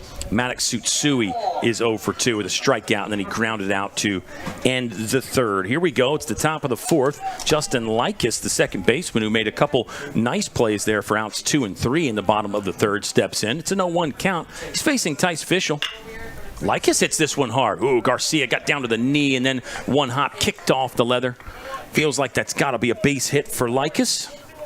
And he's aboard with hit number 5 of the day for the captains. Yeah, that's always going to be a tough play for Brandon Garcia. Even if you pick that ball, you're down on the ground already because you're sliding to try and get a really good pick into the glove, but you're also on your back foot trying to throw to first with a good runner running down the line. So that's going to be a tough play no matter what. The hitter is Lincoln Lubson, flew out to right field in his first at bat. He'll watch strike 1 come across from Tice Fischel. Pitching from the stretch, second arm Lynchburg has used. Lucas Marrero officially with 1 2/3, I believe. We'll run that down and double check it. Fischel held on to a fastball and yanked it for ball 1. Lynchburg is 15-0, undefeated at Fox Field. It's a 17-game home winning streak for Lynchburg. Runner fakes the steal. That ball comes inside. Now it's 2 balls and 1 strike. Lubson's a senior from Williamsburg. Scott Crossan on deck is from Chesapeake. The Tidewater area very well represented on the Christopher Newport roster. Jake and Sam Benedict are both from Connecticut, however. This ball's hit to Brandon Garcia. He'll hang tough on the hop. Ooh, but the throw was wide right. Eric Hyatt's going to have to run this down. Likas advances to third. Probably going to be an error there on Brandon Garcia. Not sure if he hurried to throw or not, but either way, it's runners at the corners with nobody out. And the Captains now with a real chance to fight themselves back into the ball game, down 7. Yeah, this is an inning, you know, if you got runners on the corners now with no outs, like you said, this is an opportunity for them to get back into this ball game. But if you're CNU, obviously you do want to get all the runs back immediately, but you got to chip away. You start getting that first run, and then you focus on the second one, and then the third one after that. Yeah, no 7-run home run. Scott Crossan's 1 for 1. He'll pop the first pitch up, but out of play. Leadoff man Jake Benedict on deck is 1 for 2. Sam Benedict is 0 for 0. He's got 2 base on balls early here in this game. In a game where the run scoring environment could be a little bit higher than normal. There's a fastball that's up and away. 1-1 count. Lynchburg will have Brandon Garcia leading off their half of the 4th. Our special guest hasn't materialized yet, and it's not that man, Josh Smith, who looks like he's in a real zen state there, just enjoying the sunshine, looking for a chance to get a picture of a lifetime, potentially. Could have had one on the Bryce Demery celebration, potentially, there. Anyway, 2-1 coming up to Scott Crossan. Crossan eyes that one. It's not close, and now it's 3 balls and 1 strike. Obviously, you love having 2 back-to-back 4-run innings, but there's not many negatives from scoring 4 runs in 1 inning, but one of the few is that Tice Fischel hasn't been on the mound for probably about 20 to 30 minutes. So he's got to basically settle himself back into this ball game. And it's a fantastic point that you make, because we saw Lynchburg, believe it was last week, in the Hampton-Sydney game, had a big inning, and Logan Tapman admitted afterwards, yeah, I cooled off a little bit there, and maybe in the future, maybe I will go throw a bit or just move around. So, yeah, that is something for a pitcher to think about. And, again, that's an area where a coach can help. Maybe you don't force a guy to go move around, but you say, hey, maybe you want to think about throwing a few, or at least just keeping some feeling in the legs, rather than sitting there on the bench. And some pitchers don't sit on the bench, as Fischel was close with that fastball, but it's a 1-0 start now to Jake Benedict. Some of those pitchers are so got so much energy, they just kind of nervously pace the dugout when they're not pitching. The 1-0 from Fischel that time is at the letters, but too high. And now it's 2-ball and no strike count. We're going to get a mound visit from Michael Solbach. This would indicate that Fischel is going to stay out there. With some words of wisdom from Michael Solbach. And we'll scan the Lynchburg bullpen for some guys that are getting loose. Hey, more on this weekend. It is senior day for the Lynchburg Hornets baseball team. We'll get game 1 cranked up at noon. Let's run down our seniors on the roster this year. Of course, we've got a 5th year or 2, Gavin Collins. And look at this. This man produces the roster right there. Let's talk about our 5th years, though. Gavin Collins, and then also Nick Matfield. Exciting to see those guys, and we'll see if Gavin Collins is ready to play again, but he's still around and always fun to talk to. And then seniors, you got people like Ethan Smith, who had a birthday yesterday, Eric Hyatt, Logan Webster, Timmy Cotton's a senior. Really? Quinn Madden's a senior. Don't know if he'll go through the ceremonies or not. He's probably planning on coming back, but we'll see. Bryce Demery, that's no doubt Demery to you. He's a senior. So we'll get to see Bryce Demery have some fun, and I think I got them all there. How about that? Good stuff. Looking forward to it, and looking forward to 2 great ball games this Saturday as well. Nice adjustment by Tice Fischel. He will get across after the mound visit for strike 1. 2-1 to Jake Benedict. Singled in his last at bat. This one's hit well to right field. Ryder Warren, first step was back, tracking it nicely. He'll make the catch, spin, and throw to second. Runner will come home. That's a sacrifice fly for Jake Benedict. Justin Likas scores. Lincoln Lubson advanced from second to third, and Scott Crossan stayed put at first. It's a really good job by the CNU lineup. You're just chipping away, getting that first run, and now you're in a good situation to possibly get one more with that runner on second, moving over to third. Great job from Ryder Warren getting the ball in quick, not letting Scott Crossan on first move over to second, because now you still have that double play in order. Excellent analysis by you. And I think Jake Benedict should feel real good about the swing. I mean, he hit that with some power the opposite way and knew the situation, obviously, got the ball elevated and drove the runner in. It's an 8-2 ball game. Lynchburg by 6 now. Nice bounce back from Tice Fischel there after falling behind. And he did walk the 9-hole man Crossan as well. Fischel's missed the zone twice here, and now it's a 2-0 start to Sam Benedict, a junior from Glastonbury, Connecticut, like his brother Jake. It looks like in the bullpen we might have Austin Riney and the Rowlands' younger brother. Possibly get some matchups going. Bouncing ball up the middle. Brandon Garcia missed it right under the glove of Brandon Garcia there. Unfortunately, that's going to be his second error of the inning. Rare for Brandon Garcia to make any, but now he's got 2 in the inning. Had that ball from Likas that he got his glove on that ate him up, we felt sure that was scored a hit, but now 3 that Brandon Garcia wishes he could have back. Inning continues. Lubson scores, by the way. So it's an 8-3 ball game, and I would say very much a game again here at Fox Field, which we expected. You know, CNU's not just going to pack things up and go home. We still got a lot of ball game left. We're in the top of the 4th right now. Fischel checks the runner, rips off a fairly nasty breaking ball, but it did miss the strike zone. It's a 1-0 count to Josh Reinhold. Josh Reinhold's 1 for 2. He doubled in his first at bat, and that came in the first inning. CNU scored 1. This one's hit well up the middle. Clean single from Reinhold, 2-hit day. They will wave Scott Crossan home, and now it's 3 in the inning for the Captains, and the comeback really is on for CNU. And that's really all about taking advantage of the unfortunate errors from Brandon Garcia. An easy double play ball, just a little bit of a rough hop. I say hop, it kind of stayed low to the ground, but now you take advantage of that with a single up the middle, and now you've still got runners on first and second with 1 out to keep chipping away at this lead. Aaron Maxey is the hitter. We did have left-handers loosening in the Lynchburg bullpen, but it looks like Maxey will be Fischel's to deal with. Tice Fischel is set, checks the runner. There's 1 at first and 1 at second. Maxey will hit one fairly well down in the left field corner. Logan Webster on the move. He'll make the grab, a step into foul territory, throws it in. Runners have to return. Good play there from Logan Webster, and it's the second out of the inning.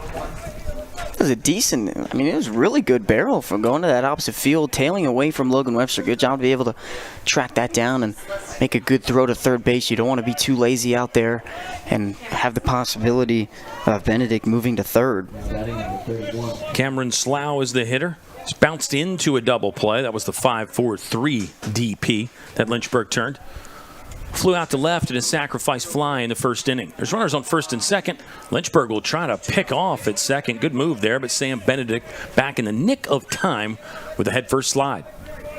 No, I didn't know, but it's freeze frame, which means the battery of the transmitter's out. Doesn't score in their next half. Okay. 2 hits in the inning for CNU. 2 Lynchburg errors right now. There's 1 walk in there for Tice Fischel as well. Big lead at first base. Swing and a miss. Connor Moore missed that ball briefly, but the catcher popped up and got activated before the runners could advance.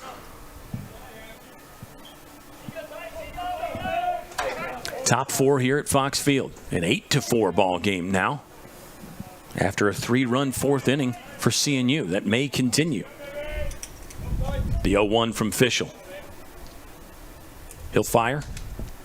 Breaking ball. Great breaking ball. Too high. 1-1. Runner at first is Sam Benedict. Josh Reinhold with an RBI single, taking a big lead at first. Aaron Maxey just flew out.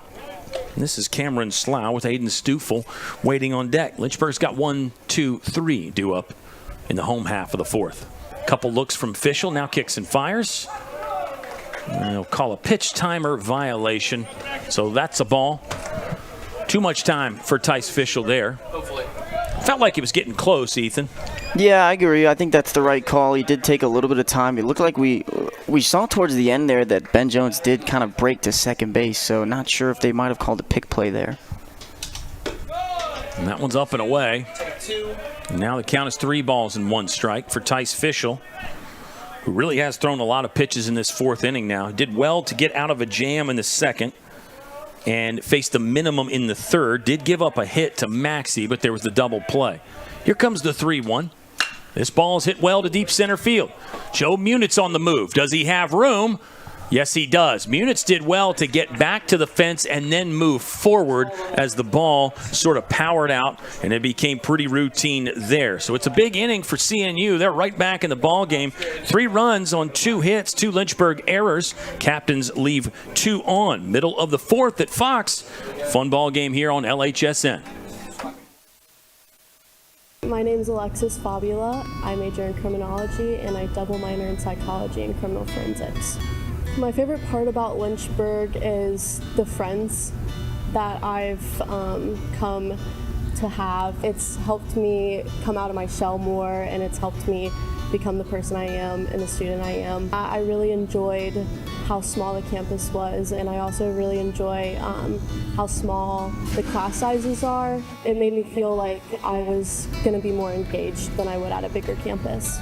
If someone was on the fence of coming to the University of Lynchburg, I would definitely love to sit down and have a conversation with them because I'm forever grateful that I made this choice. It's definitely something that a student wouldn't regret. Out of my 4 years here, I've not had one bad experience. I've had a great 4 years, and I'm going to be very sad to go. We're ready for the bottom of the 4th at Fox Field. It's Kyle Haney and Ethan Morotsky. A possible special guest yet to materialize. A new pitcher has materialized for the Captains.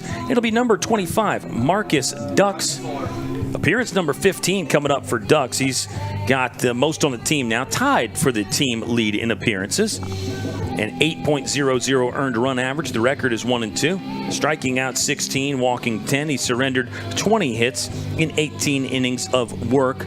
Marcus Dux is a lefty on for potentially the left-handers that are coming up. That's Garcia, Munitz, and Jones for Lynchburg, but who knows? Maybe Dux will stay out there a bit. It's an 8-4 ball game. CNU scored 1 in the first. Lynchburg had a big second inning with 4 runs on 5 hits. Lynchburg got 4 runs in the third frame thanks to the grand slam from the Bryce is Right Demery. That one offered to us by Brady Moore. That's a pretty good nickname there too. No doubt Demery, the Bryce is Right. And if he keeps doing it, you just keep adding on more nicknames, right? No, I completely agree. I think Bryce has done a great job so far in this lineup. He's 2 for 2. Going to try and extend that, but it's going to start off with Brandon Garcia, who in the last at bat hit a 2 RBI single.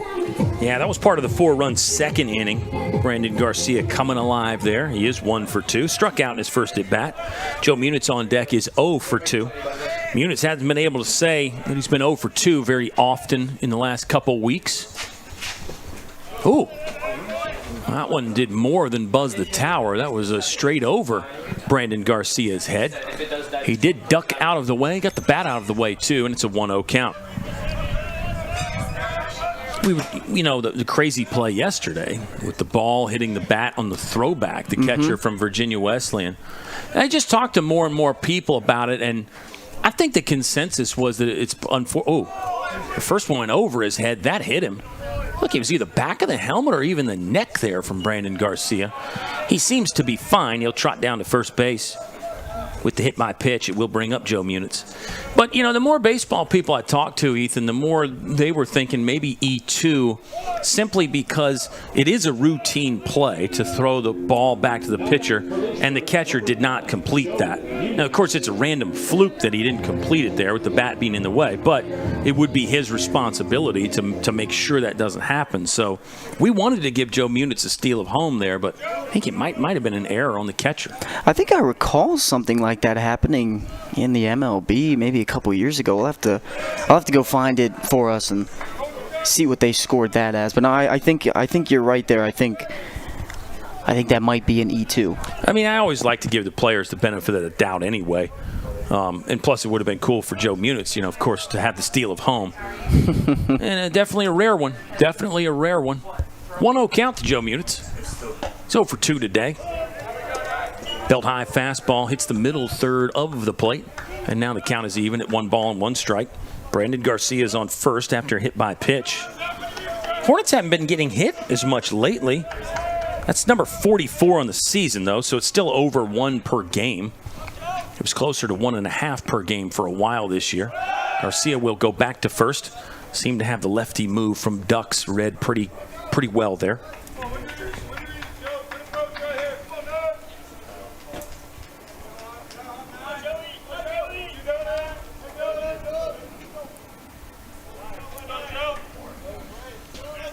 Munitz waiting on the 1-1 from Ducks. Garcia's running.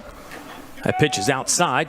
Decent catch and throw from the catcher, Slough, but not in time to catch Brandon Garcia. Stolen base there for Hollywood. And for Lynchburg on the year, that's stolen base number 86. 86 for 110 for the Hornets. Brandon Garcia is 18 for 26. Munitz grounded out to the first baseman on his first swing, his first pitch that he saw, and then bounced out to the pitcher in at bat number 2. Munitz will pull this one, and it's past the diving first baseman. Another hit for Munitz. We could have a play at the plate. Green light for Brandon Garcia. Nice catch by Slough to grab it, hold on to it as Brandon Garcia tried to sprawl by him, unable to do it. A 7-2 putout. Let's give the right fielder some credit for a great throw. That was Scott Crossan that put it on the money with 1 hop. Yeah, it's a really, really great throw. You keep that kind of in between that long hop and short hop. Just a great job, and a great job from Slough to be able to put the tag on. A risky play sending Brandon Garcia, especially with what wasn't the hardest hit single from Joe Munitz. So a risky play, kind of a high risk, high reward moment there. Yeah, you put some pressure on the defense, which I think is always a good thing to do. So I don't hate it. It was a perfect throw. Good catch. Really, you got to give Slough a lot of credit for handling that, as you said, sort of in between hop. A 1 count as Ben Jones, Jones fouls one back in our direction. Third baseman is even with the bag and off the line for the Captains. Outfield is basically normal depth straight away with the center fielder playing Ben Jones slightly to pull. Looked like Ducks took something off of that pitch and couldn't find the strike zone. Our count is 1-1. We are in the bottom of the 4th inning. Lynchburg scored 4 in innings 2 and 3. Nothing yet so far with 1 out. And Joe Munitz at second. Munitz did well to take second on the play at home. I think some runners can get caught watching there. You want to take a turn and kind of see the result, and you forget to keep running. Munitz did not do that. Joe Munitz, really a great base runner. 1-2 on Ben Jones, who is 1 for 2. Third pitcher he has seen. Faced the starter Husted in his first at bat, Chappell in the last, and now Ducks. Ducks holding. Pitch timer violation there on him. That was another one. You could just feel it. I had time to run through Ben Jones' entire box score, and I still said that Ducks was holding. Kind of knew he was running out of time there. I think at that point, it's not the worst thing in the world. You're already in a 2-strike count, and now you even it up at 2-2. So it does even it up, but you still got all the you can do whatever you want. It's a full count now. I think you make a good point, though, as far as it's not the worst thing in the world to take that violation right there. I don't think you want that, but as you said, it's not a deal breaker. So it was a good point by you. And that's how you got to look at it as the pitcher Ducks. You just got to say, okay, I'm ready for the next one. Here comes that payoff pitch. That missed the zone, so it is ball 4. I guess you could say the pitch timer violation cost him a little bit there with the extra ball. And fans, if you don't know, each violation is a ball. And I think we've seen Ben Jones take a couple walks this year on a 3-ball count where the pitcher ran out of time. Here is Connor Moore. Lefty up again. He's got a solo home run and a single. 2 for 2 for Connor Moore. It's a 10-game hitting streak that dates back to February. Connor Moore is not in the lineup every game. But again, after these results, it becomes harder and harder to keep him out of the lineup. Another great lefty stick for Lynchburg. They got a full house of them. There's a 1-0 pitch, or there's an 0-0 pitch that will create a 1-0 count as Ducks misses the zone again.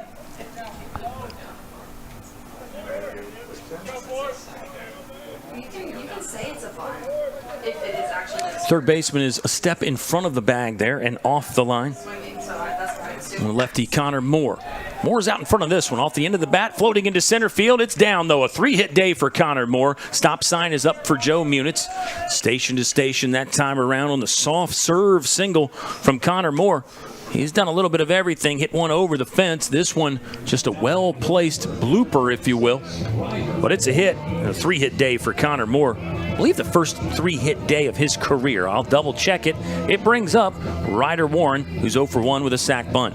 I really like how you brought up that he's doing everything today. He smoked 2 balls to right field, 1 going over the fence, and then just pokes that one off the end of the bat into the outfield grass to center field.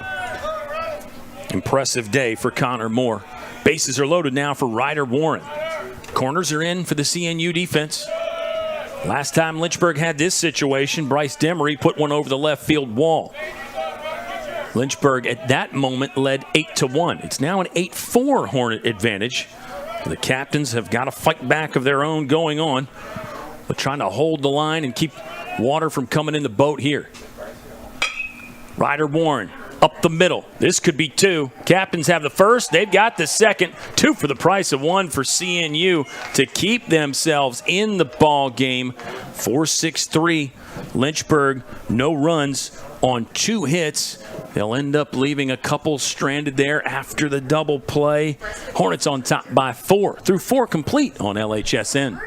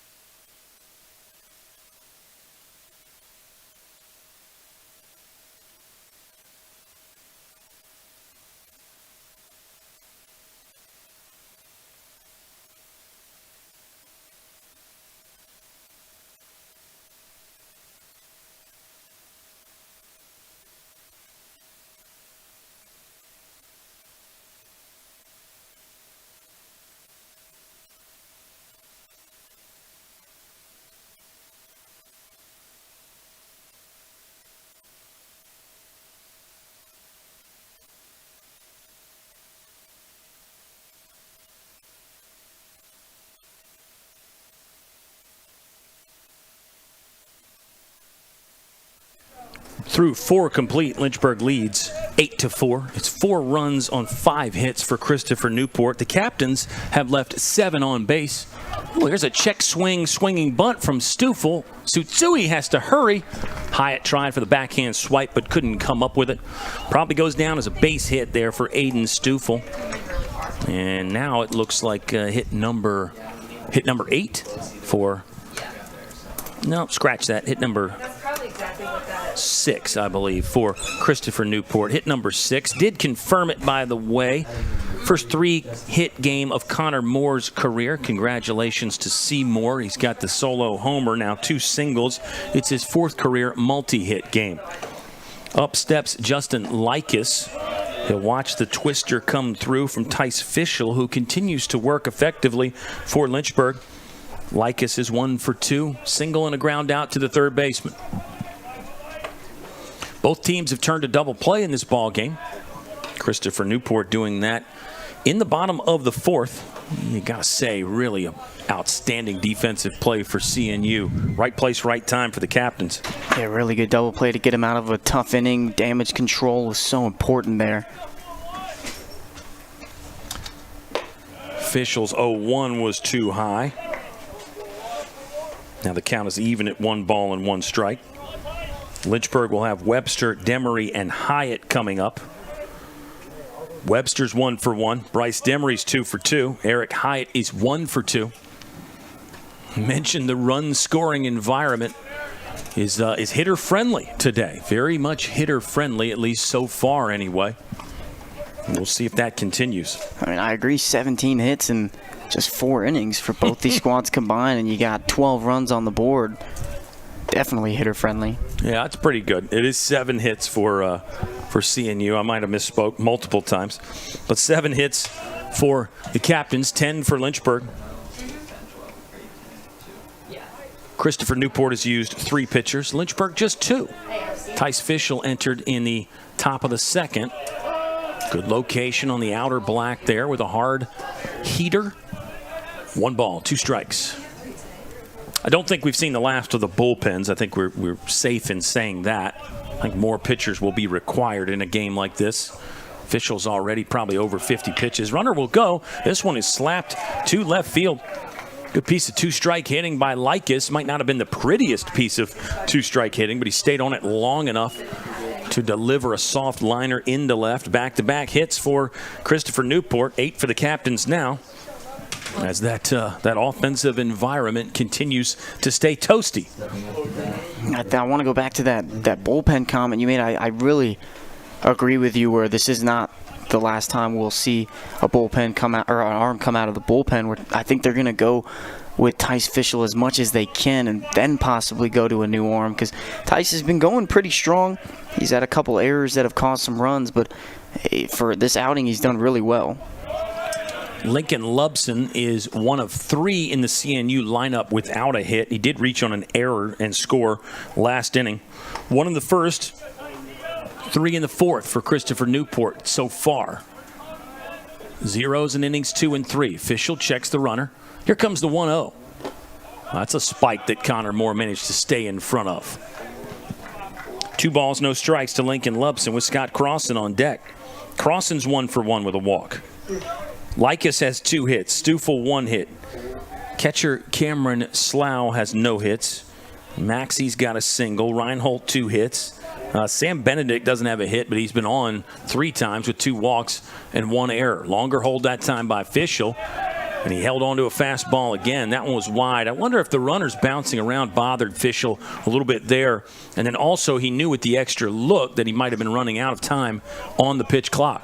Yeah, I think with the pitch clock being implemented into ball games with the rules, I think it does add even more things on this ball field that pitchers have to worry about. It's already bad enough that you got to worry about runners, but now you got to worry about your time to the plate. 3-0 count. That one wasn't close. Fischel bounces another fastball, and the bases are loaded with nobody out. Single walk right now for Christopher Newport, and it looks like that's the end of the road for Tice Fischel. I think he gave Lynchburg some good innings, and you should tip your cap to Fischel. Not the way he wanted to come out of the ball game, obviously, and finish it there. But Fischel did good things. We'll try to run down the official line for him in just a moment, and we'll greet our new pitcher. It looks like Austin Riney, the Southpaw Jr., is going to stride out to the bump for the Hornets, and he will inherit a bases-loaded situation, just like his predecessor, Tice Fischel. Austin Riney, kind of that lefty pitcher out of this pen. Got a ton of movement. Through the years, he's gotten his velocity up too, which is just an even bigger plus. But that off speed really is what is so big for this lefty arm out of the pen. It almost looks like it starts right at the lefty hitter and then just floats right in onto the plate. And that's always going to be tough for a hitter to not only stay in the box and focus, knowing that the ball is going to come back over the plate, but to be able to stay back on it and drive it to the opposite field or really any part of the outfield is always tough. Looks like for Tice Fischel, he faced 15 hitters. It's going to be 2 1/3 innings pitched, but you can add on these 3 batters here in the top of the 5th to that. Did end up surrendering what looks like it's going to be 5 hits, all singles. A little bit of shaky defense there that didn't help Tice Fischel. He did end up walking 2. But overall, I think a decent outing for Tice Fischel. Again, the coaches have a different standard and measuring stick that they're going to look at. But I don't think Tice Fischel should feel bad right now. Again, he wants to finish his outing in a little different way rather than giving up back-to-back singles and then a 4-pitch walk where it seemed like most of those weren't really that close. It's on to Austin Riney now. He'll face Scott Crossan. Grad student comes into the game hitting just 156. He's a career 300 hitter. He's got over 100 hits in his career. Scott Crossan's a good player. He'll have a chance to do some damage. And, this is what I mean about the one swing of the bat rule. That's why I talk about that in those 4-run ball games, because that's that situation right now. Scott Crossan stepping in with nobody out and the sacks packed full of captains. Now batting number 4, Scott Crossan. For Scott Crossan on the season, he came into the game hitting 10 for 64. This is start number 20. He does have 1 home run. Scratch that, no home runs this season for Scott Crossan. 2 doubles and a triple. Good start from Austin Riney. Lefties switched on and ready to go here early. Scott Crossan's swing honestly kind of reminds me of Ty Howlett, where it's a little bit of a funky swing, but it gets the job done, and it has through his entire career. Riney, good height on that, but it's off the plate, maybe by design, and now our count is even at 1 ball and 1 strike. For Austin Riney this season, this is appearance number 7. ERA is a little high at 11.57. 3 strikeouts, 1 walk. This ball's put into play. Bouncer to Ben Jones. He'll flip to Brandon Garcia. Lynchburg will get 2 there. It is a double play. A run does score. Second double play of the game for Lynchburg. It will not be an RBI for Scott Crossan. Weird rule there. If you just make a ground out and make 1 out and a run scores, you get an RBI. But if you ground into a double play, it's no RBI. But still, it puts CNU a step closer. We got a 3-run ball game now with 2 outs and a runner on third. Well, great job from Austin Riney to come in lefty-lefty matchup. That's honestly the best thing that could possibly happen. You get that double play. This one hit hard at Brandon Garcia. Stays down, scoops, throws, and they are out of the inning. So Lynchburg does give up 1, but you got to feel good about that with the bases loaded and nobody out. I think the run expectancy matrix is higher than 1 there. So Lynchburg doing pretty good. Captains are 1 step closer, though. It's Lynchburg 8, CNU 5. We move to the bottom of the 5th on the Lynchburg Hornets Sports Network.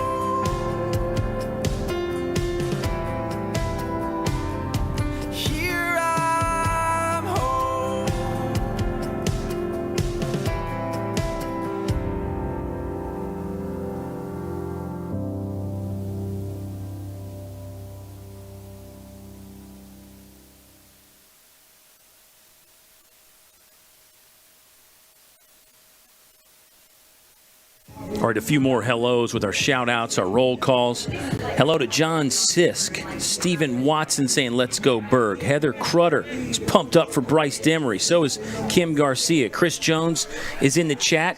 Jackson Harding and Riley O'Donovan checking in.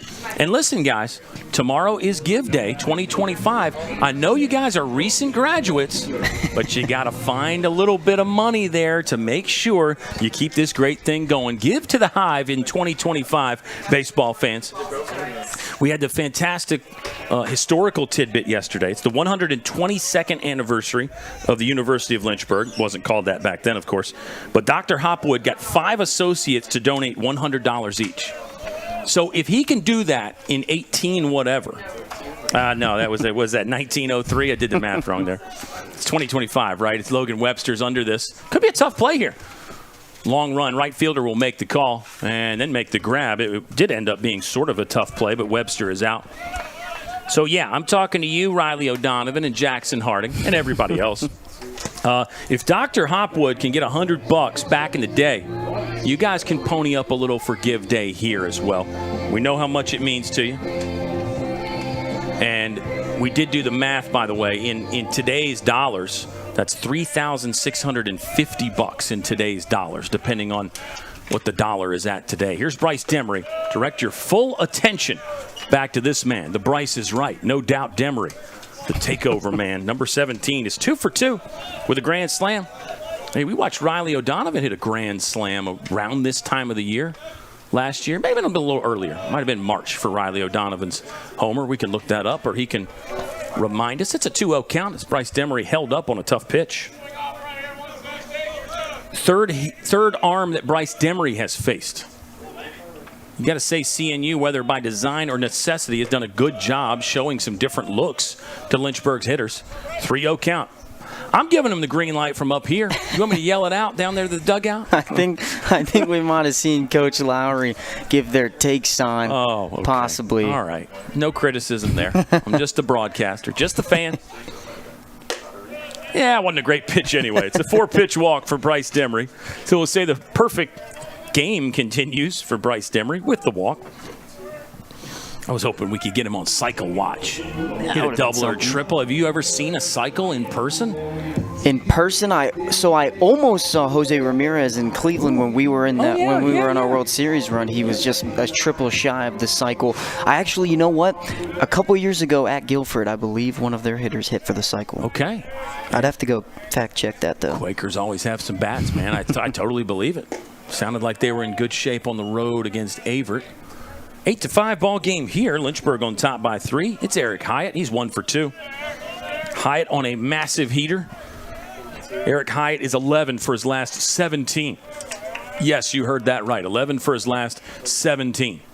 Did get out in his last at bat. A little flare out to center field that the second baseman, Justin Likas, made a pretty good play on. Demery leads off at first. It's now a 1-1 count. Yeah, give day tomorrow. So many great things you can do. And former Hornet player Holden Fiedler's got a cool thing going. A baseball-specific challenge for give day tomorrow. And after this 1-1, we'll tell you more. Hyatt sends it in Holden Fiedler's direction there in Wake Fieldhouse. Holden is on the strength and conditioning staff now, but a national champion and great catcher here on campus. But Holden Fiedler's got a thing where if you get 100 separate baseball donations, he's going to donate $100 extra of his own money. So Holden Fiedler's chipping in a little extra for a challenge there. So it's not a money-specific challenge for Holden Fiedler's, but it's got to be 100 separate baseball donations. Am I explaining that clearly, I think Ethan? you got it crystal clear there. Well, and I want to be crystal clear. So yeah, when you do your give day donation, if you set a specific amount aside for baseball, as the 2-2 to Eric Hyatt's coming up. He'll foul that one, into the CNU dugout. Everybody's okay there. Somebody might have got caught on the rebound, but I think everybody's okay. So yeah, Holden Fiedler wants 100 separate baseball donations, and he'll pitch in 100 extra bucks. He's going to make a donation anyway, but he wanted to add a little fuel there, get some people going. And by people, I mean you, Jackson Harding and Riley O'Donovan, and you, Ethan Morotsky. This one's down in the dirt. Oh, they're going to try to pick on Bryce Demery. He's back in time. And let me say this, too. I mentioned Dr. Hopwood with 100 bucks. That's great. But what about 25 and 25? I think we can all afford $25. So I'm saying at minimum, at minimum, 25 bucks in 25. Do that. Because you got to think, that's barely a dinner out nowadays. That's nothing. It's a half a tank of gas nowadays. Fastball upstairs. Demery was on the move, but it is ball 4, so he's in safely. It's back-to-back walks that Ducks has issued. It will bring up Maddox Tsutsui, who's 0 for 2. There's some other great little challenges and matching donations. Our president, Allison Morrison Shetler's kicking in a little bit extra. She's going to match some donations. So there's different, things you can donate for specifically. You can just do the general University of Lynchburg, of course. And as you can imagine, all this information is available online, lynchburg.edu. You can get there from the athletics website as well. Tsutsui's going to study an inside fastball just above the belt, and now it's an 0-1 count. Tsutsui's one that's still looking for his first hit today, Ethan. Yeah, I can definitely understand the take mode on that first pitch. Ducks has given up 2 straight walks to Demery and Hyatt, so trying to play a little bit more patient. Now you can go into green light mode. Great call by you. That one even further inside, but caught enough of the black to be called strike number 2. Yeah, that's what's so tough about hitting. I mean, the guy walks 2 straight hitters, and now he's coming at you with 2 really good fastballs. And we've mentioned about inconsistency for pitchers. It's not easy out there on that mound. Ducks will look at Demery. The 0-2's on the way. Tsutsui, another one. This one hit the protective netting in front of the CNU dugout, but the captains on the bench probably feel like they're under assault over there. It's all hands on deck. Batten down the hatches, matey. Captains. Christopher Newport, he was a famous English merchant marine captain. Brought over some of the folks that settled Jamestown, the Virginia colony. Here's your history lesson for today. Another 0-2 from Maddox Tsutsui, who's a Tidewater guy. This time he'll scramble some of the Lynchburg dugout as he sends a soft liner over the third base coach's head, and a few guys at the end of the box there had to go running other directions. Good at bat. A little history, some foul balls, keeping the bench guys on their toes. That bat's got a little bit of everything. And it's another 0-2 with 1 out, 2 on. That one's at the eye line for ball 1. Good fight here from Maddox Tsutsui. Sometimes, Ski, as you know, when you foul off a couple, you're kind of swing happy, and then the pitcher throws that high fastball, and you can't lay off of it.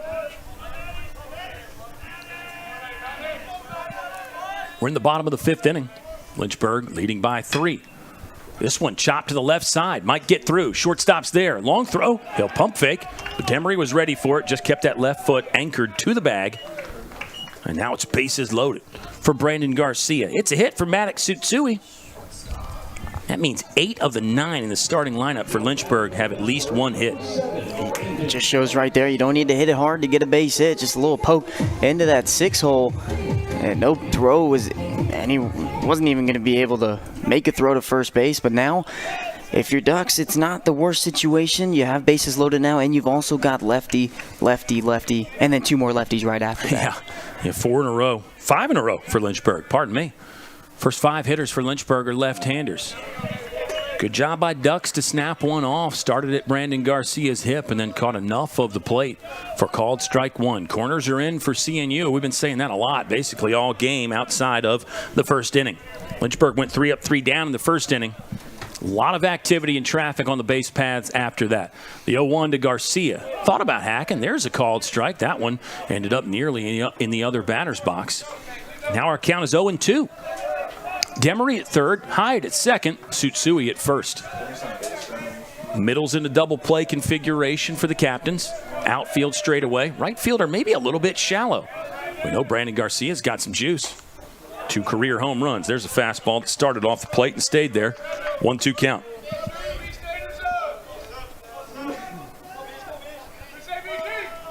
Joe Munitz is on deck. He's 1 for 3 today. Brandon Garcia is 1 for 2 with a strikeout, a 2 RBI single, and he got hit in his last at bat.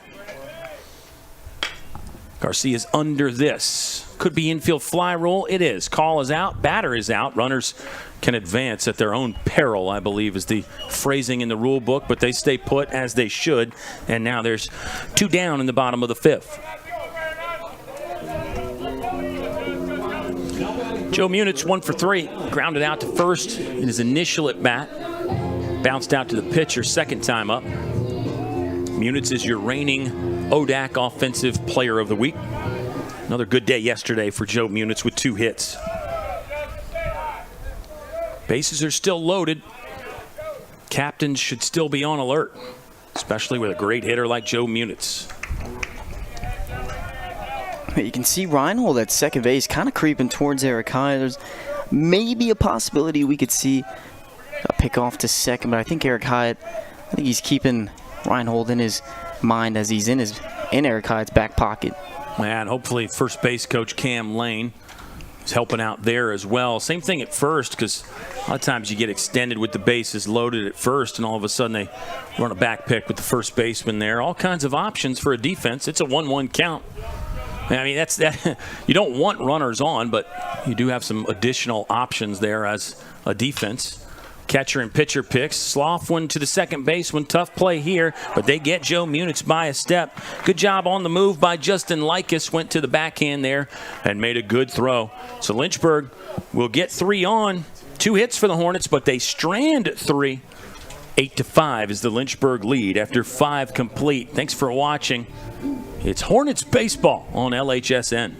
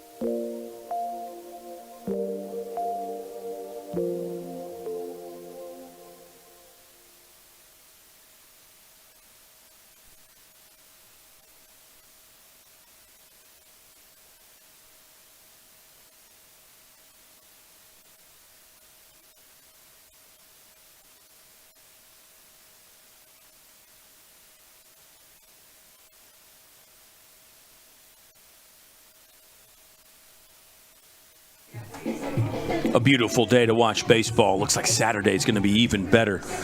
Bridgewater and Lynchburg in town. A battle for first place in the ODAC. Battle for a potential first place regular season in the Old Dominion Athletic Conference. You got to be here at Fox on Saturday, or at least watch it live on LHSN.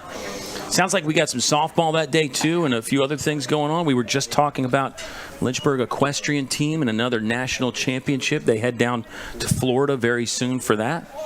So it's a fun time. It's a fun time to be a sports fan. It's always a fun time being a sports fan with Lynchburg. I mean, our teams, I don't mean to toot Lynchburg's horns, but we've had so much success lately, whether that's with baseball or equestrian with their couple national champions. So, I mean, it's a good season to be a Lynchburg fan. Yeah, I think you can toot that horn. I mean, after all, you did some of that hard work as a baseball player yourself. I mean, I'll cue up the band behind you. We'll get the whole symphony going on there as you play your trumpet solo. 2-1 is the count to Sam Benedict. Benedict's one of the only guys in the CNU lineup without a hit, but he's been on board 3 times. Reached on an error and then 2 walks for Sam Benedict. So despite not having a hit, Lynchburg hasn't been able to get him out. Josh Reinhold on deck is 2 for 3. 2-2 coming up as Austin Riney has stayed in the game. Sometimes in Riney's career, he's been a one-batter guy, 1 or 2. He's there now. Tough one for Brandon Garcia. Did he knock that down? Oh, yes, he did, and he made a bazooka of a throw. Brandon Garcia has had a couple errors in this game that have bothered him. That one's got to feel pretty good and maybe erase some doubts right there as Hollywood did well just to knock down that hot shot from Benedict, and then he came up with a rifle shot.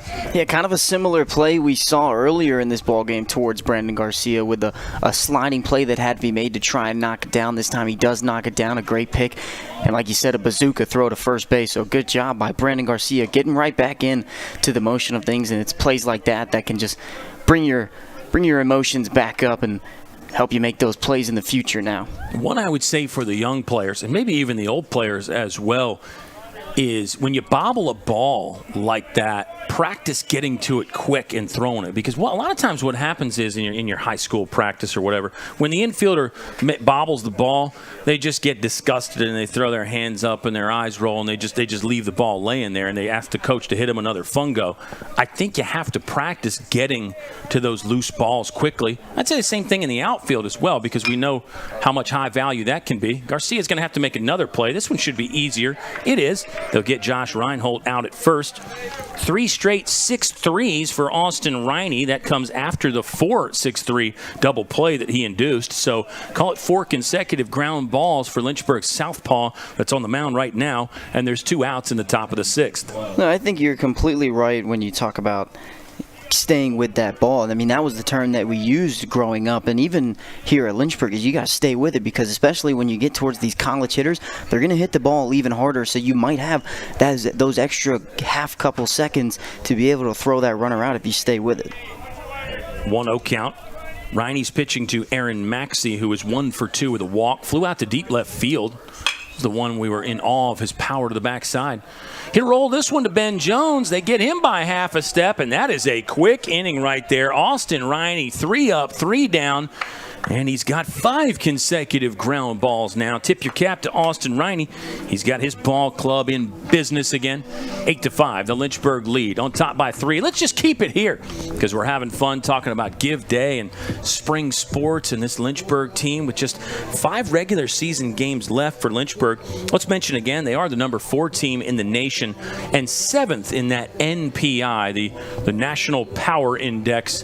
And that's what the postseason at large bids are going to be decided on this year. Is you get a fantastic shot at Jerry.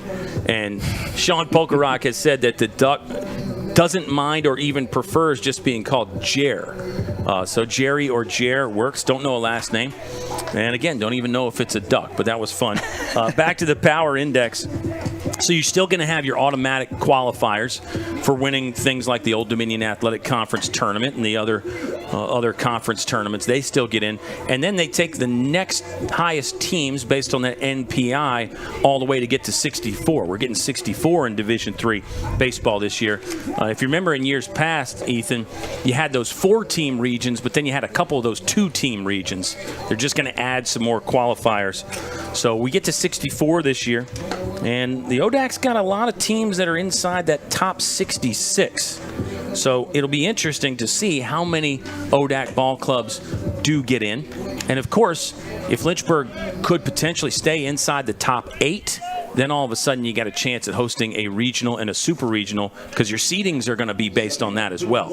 Yeah, I really like going back to the 2-team regional. Laverne and Trinity was one of the examples last year, Laverne winning that one. So Lynchburg actually 3 out of 5. Yeah, Lynchburg actually had to fly all the way out to Laverne. That was fun. But I really like the expanding the regional, like the amount of teams, because it pushes teams to play even better, because when you have conferences like the ODAC where there have been plenty of great opponents and a couple ranked opponents with Shenandoah, Lynchburg, Randolph-Macon, Roanoke's been in that mix a couple times. It allows those teams, it pushes them more to not just have a good regular season in conference, but it makes you want to have a better out-of-conference schedule with like what Lynchburg has been doing lately, where they've been playing the Mariettas, the Cortlands, the Denisons, the Christopher Newports every year. It pushes teams to have an even tougher strength of schedule, and it also pushes for better baseball like what we're getting today and every time Lynchburg plays CNU. Fantastic points by you. It creates a bit more emphasis on the strength of schedule, because that is factored in there. And you know, there's always emphasis on winning games, right? But certainly, if you do that, you run through your conference, you feel pretty good about that. And it is a decision by the NCAA to kind of move away from, we'll say, a regional being just that, a regional, where it seemed like you would have teams that were near each other in those regionals, right? I mean, that's where the term came from. You'd have the ODAC winner and the USA South winner and maybe a Salisbury or Mary Washington CNU kind of thing. But now that's basically out the windows. They're just going to go by the seed. So, yeah, you might be flying to California again for a regional or vice versa. So that's interesting. It will be more travel, as Ben Jones will hit a hard-one hopper fielded by the first baseman, Aaron Maxey. And that is out number 1, the bottom of the 6th inning. You go back to a couple of years ago, and even last year, and kind of adding to that, letting more teams come in, because if you don't win that conference tournament, some of those teams may still be really good competition for later on in the playoffs. You go back to last year, Randolph-Macon didn't win the conference tournament. They still went on to go to the World Series and compete for a national championship. And a couple years ago with Shenandoah not winning the tournament and them going off to all the way to a super regional, and it just allows that more competition. And I think that's what is so good about Division III baseball is there's always going to be competition everywhere. Yeah, and we've all been banging the drum for how good the ODAC is in all sports, but specifically baseball. I thought last year you could make a case that all 4 of those Final Four teams should get in: Lynchburg, Macon, Shenandoah, and Roanoke. Now, in the end, just Randolph-Macon and Lynchburg got in, but we know historically how good the conference has been. So this could open the door to that. Maybe you do get to see 3 or 4, 5 ODAC teams. You get that in basketball, where the ODAC will get 4 and 5 teams in postseason. So it's cool. It's different, and we're all still learning it. I think you do have to have some kind of a math degree to understand the formula. As a bouncer there to Connor Moore. Hey, Connor Moore's 3 for 3. So let's table the postseason NPI discussion for a moment. See if Connor Moore can add on to this great day. It's already career 3-hit day number 1 for Connor Moore. The 2-1. This will catch the top of the zone, and now our count is even at 2 balls and 2 strikes. We've got Ryder Warren on deck. Ryder Warren is the only Lynchburg starter without a hit. Did have a valuable sacrifice bunt. Warren is 0 for 2, strikeout in there, along with grounding into a double play. Connor Moore awaits the 2-2. He's under this. Looks like his perfect day may come to an end, although it's going to be a tough play for the catcher, Slough. Oh, nearly a collision with the first baseman, and Slough held on. Good grab right there. That got dangerous as the first baseman, Aaron Maxey, was steaming in right behind Slough. You could see him flinch there right at the end, but kept the mitt in the catching zone just long enough to haul it down. Overcoming adversity, and we talk about foul balls and them hitting off of a wake, but we don't talk about the pop-ups. And with the spin that's already coming in from the pitcher, and then you foul that ball off, which just adds even more spin. With the ball going out towards either the right or the left side, the ball can easily come back right into the play. I mean, you see right there, Slough was right next to the concrete and the net of foul territory, and then he had to come back all the way next to the gravel of the walk-up for the hitters. So it just shows you how much spin there is on a baseball, and if it just stays up there, it's going to move so much in the air. So many tough plays throughout the course of a season. I mean, that's one where Slough, as a catcher in college, you might not get that many pop-ups. You might go a couple weeks without catching one of those under pressure in a game, but that could loom large. After all, it's still just a 3-run ball game. We know how Lynchburg is good in the close ones. If you watch our broadcast, you know anyway. Lynchburg in the 4 runs or less category is now 16-5. That does factor in the win against Virginia Wesleyan yesterday. And that also tells you 21 out of 33 games have been decided by 4 runs or less. I mean, Lynchburg is the number 4 team in the country, and, everything's close. I mean, it tells you just how good the competition is that Lynchburg is playing.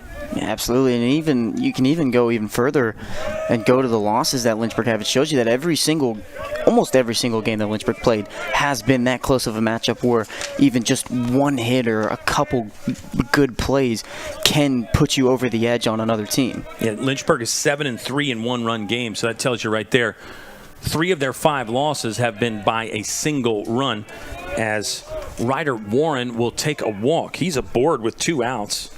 First time Ryder Warren has been on, so now you can say that everybody in the Lynchburg lineup has at least reached base. Here's Logan Webster. He's 1 for 2 with a walk, flew out to right in his last at bat. I think Lynchburg, let's see, 3 1-run losses. There was a 2-run loss to Denison, 4-2 game there, and a 2-run loss to Hampton City, 3-1. So Lynchburg's lost 5 games, 3 1-run, 2 2-runs. What's that, by a combined 7 runs? They've got 5 losses by a combined 7 runs. So, yes, they're not blowing out a ton of teams, but they find ways to win. They find ways to get it done. And that's a great stat, isn't it? Oh, 100%. I'm kind of patting myself on the back for that one there. I came up with the math on the fly, by the way. Webster will watch the fastball come in, thigh high, outside, 1 ball, 1 strike. There's 2 outs, the bottom of the 6th inning. Pitchers have come alive. I made that statement about the bullpen was going to be needed, and Ducks is still getting it done for CNU. He's really settled in. Austin Riney has looked good through 5 batters faced for Lynchburg. There's another one just off the plate. That one a little higher. Ducks showing a little little body language there that the umpire might not love. I don't know if you saw it, but kind of threw the hands out to the side with the old "where was that" gesture. And it was close. Said that a few times today. 2-1 configuration to Logan Webster with 2 outs. Thought about swinging at the breaker inside, but laid off. 3 balls, 1 strike. Runner on first is Ryder Warren. A 3-1 count with 2 outs. Might not be a terrible time to get him started. We'll see. Lynchburg may just wait for the potential full count if that does come up. Ducks holds, now kicks the leg, fires. It's just ball 4. 5-pitch walk for Logan Webster. Second free pass he has drawn today. Third time he's been on base today in total. Logan Webster doing a good job being able to get Lynchburg some base runners. And you go back to that second and third inning, not only did he reach base, but he also scored. 6 walks now for Lynchburg. We know that's such a big part of their offense. They had 5 walks yesterday, 4 strikeouts. It looks like today, Lynchburg, believe it or not, they haven't struck out since the second inning. It's 3 punch-outs total for Lynchburg hitters. And now 6 walks. The season average is still over 6 right now. And here we go. Full spotlight on Bryce Demery again. He's 2 for 2 with a walk, a grand slam, a single. Have a day, Bryce Demery. Let's see if he can do something here to extend the inning or potentially extend Lynchburg's lead. Ryder Warren runs well at second. Logan Webster with good speed at first.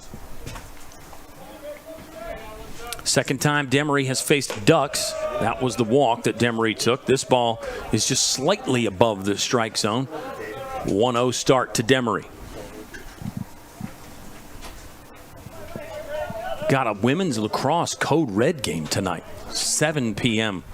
First draw for the Lady Hornets. Although we don't say Lady Hornets anymore. Here comes the 1-0. Check swing from Demery. Did he go? They're not going to appeal that. Now it's a 2-0 count. That's another trend in sports that teams have dropped the lady. It's just Hornets now for the women's teams. I don't know if you've noticed that or not. No, I actually haven't noticed that. Yeah. Some teams still specifically like to use it. Here comes the 2-0. I believe the Tennessee Volunteers are a team that they still want to be called the Lady Volunteers. So there's a mix. It's out there. The information's out there if you care to look into it more. It's a 3-0 count for Bryce Demery. Should I yell out green light again? He walked on 4 pitches last time we had this situation. I'm sure Demery will use discretion about not swinging at anything out of the zone. Here comes the 3-0. That is a fastball at the belt. The at-bat continues. 3-1 now. 2 outs. Runners on first and second. Lynchburg by 3. Hornets scored 4 in the second, 4 in the third, none since then. Last runs that came across were off the bat of Bryce Demery with the grand slam. 3-1 on the way. Demery hits this ball hard at the second baseman. One hopper there. Oh, the throw missed the first baseman. It was a one hopper in, and now it's gone out of play. The run will score. The run will score. Bryce Demery will get second. Wow. A boo-boo there from Justin Likas, who had really made some good plays earlier.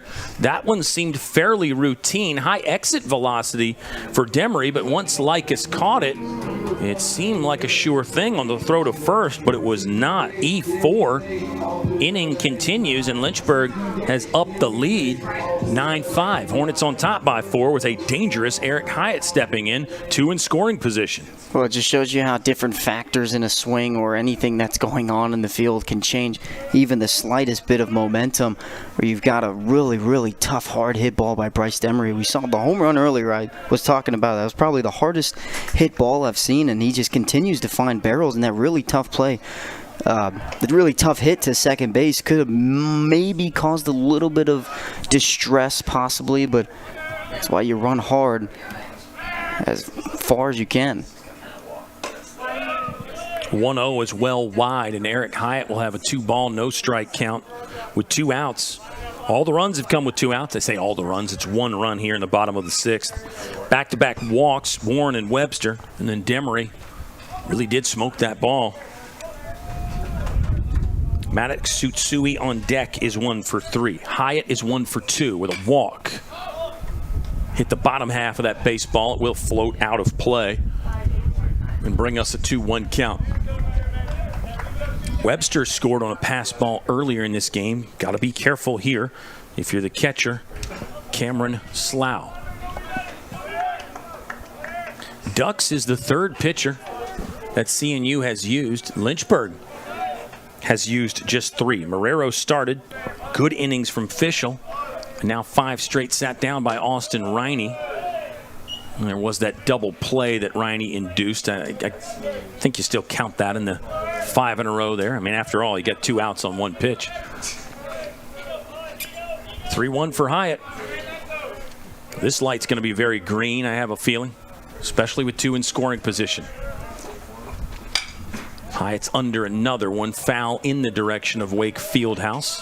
And now our count is full.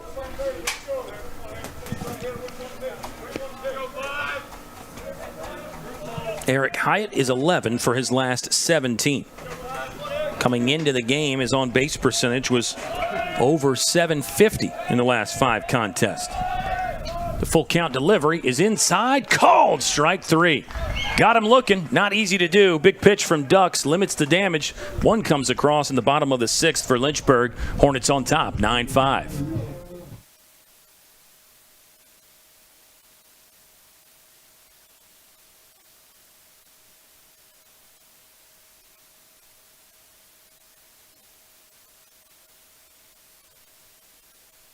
Tim Slusser from the Outdoor Leadership Program gave a presentation at a teaching and learning resources conference here about getting his program more involved on the academic side of campus. I mentioned computers and mapping, and he mentioned caving, and eventually we came up with the idea of mapping caves. So the week before we were able to learn how to use the instruments kind of like on a flat surface and just kind of get a hang of how they work. But it was really amazing how once we got in the cave, it was a completely different experience using them. It was unique. It got most of us out of our comfort zone, kind of gave us a new experience, a new taste of something new. But I think the most difficult parts were getting the lighting right. You had to read the instruments with the headlamps while keeping your eye pointed on the plot point. This allowed them to actually literally get their hands dirty, collecting data, conducting measurements, and putting all that together in the form of a map, and doing it in a place that's never been mapped before.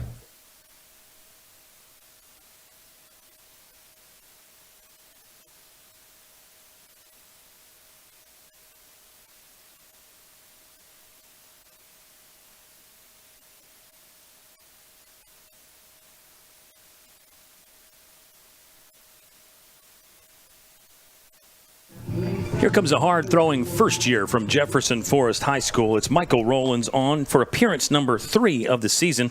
The earned run average is 3.37. 3 punch-outs, 2 walks. He surrendered 2 hits in 2 2/3 innings. Rowlands will be the 4th pitcher that Lynchburg has used. The Hornets lead by 4, 9-5.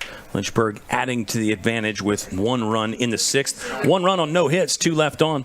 For the game, for those Hornets, it's 9 runs on 11 hits, 8 left on board, 5 in scoring position. CNU has 5 runs on 8 hits. They have left 7 on the bases, and we have reached the championship rounds. The top of the 7th is here with Rowlands facing the catcher, Cameron Slough. Definitely becoming crunch time. You go back to that last half inning. Like you said, 1 run scored on no hits, and that's what Lynchburg has done so well this year, is being able to score on opportunities like errors or free bases. We've been talking about some Lynchburg hitters that may be earning their way to some more at-bats. What about Austin Riney? He was fantastic out there. I think Tice Fischel as well, but Riney even more so. Just an outstanding outing. Under pressure, too. I mean, you got to say, under pressure for Austin Riney. Did a great job inducing those ground balls.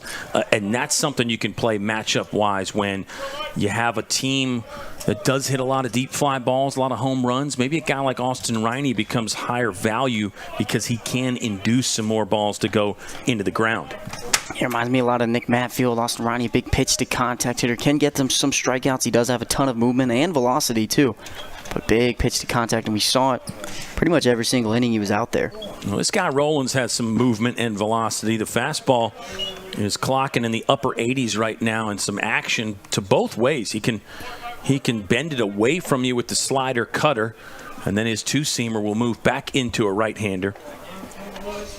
Sometimes the accuracy is the hang-up for Michael Rowlands. But again, man, we said that about Lucas Marrero. I mean, you're going to say that about almost every freshman. Not a ton of freshmen in college baseball that just jump right in and throw strike after strike after strike. So sometimes you need some seasoning. Got to clean up the delivery and the mechanics in those things, and all of a sudden you take off. Slough's got a full count here with Aiden Stufel on deck. Pitch to Slough coming up. Did he get a piece of it? Yes, he did. Stayed alive, barely. Connor Moore couldn't hold on to that one. Lynchburg will have 9-1-2 due up in their half of the 7th. Hornets won yesterday against Virginia Wesleyan, trying to take down another team from the Tidewater. And then it will be the Bridgewater Eagles coming up. Big bender from Rowlands, but that missed inside. Slough will take the walk. Sixth free pass. Try that again. That Lynchburg pitchers have issued to CNU today. For reference, Lynchburg hitters have also walked 6 times. Now batting number 1, Aiden Stufel. Aiden Stufel is a junior from Suffolk, hitting .321, .329 career hitter. He had that outstanding first year. They'll throw over and keep an eye on the catcher, Slough. Let me just go to the CNUsports.com website. And hey, one more time, congratulations to head coach John Harvell for career game 1,000 that he is managing today. 1,000. He's in his 25th season. And in the first 24 years, he's had 23 winning campaigns. Incredible stuff for a baseball legend. He's still going strong. Got a lot of years left. Inside pitch for strike 1. It's a 1-1 count.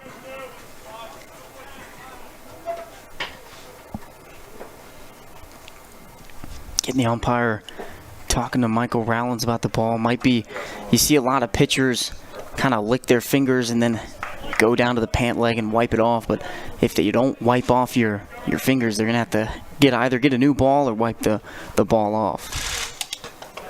1-1 from Rowlands. Basically the same spot there, and it's a 1-2 count. Yeah, Aiden Stufel, his freshman year, was a first-team all-conference guy. And he hit .358.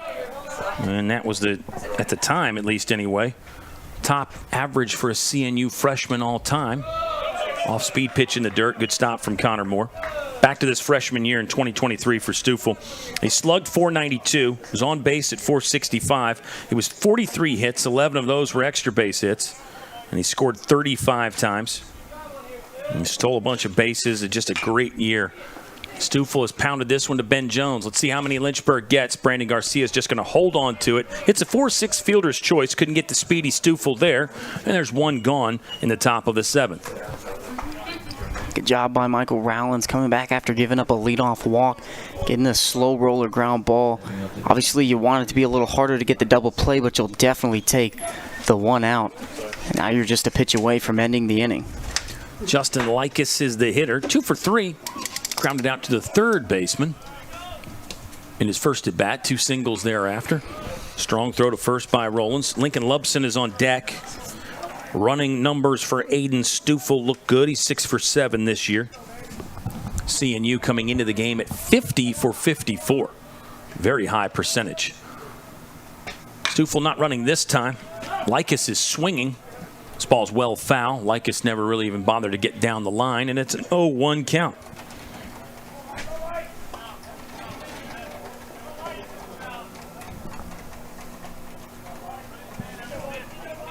Rowlands is the 4th pitcher that Lynchburg has used. His brother Dominic also on the ball club. They played their high school baseball just down the road at Jefferson Forest. That was a swing from Likas.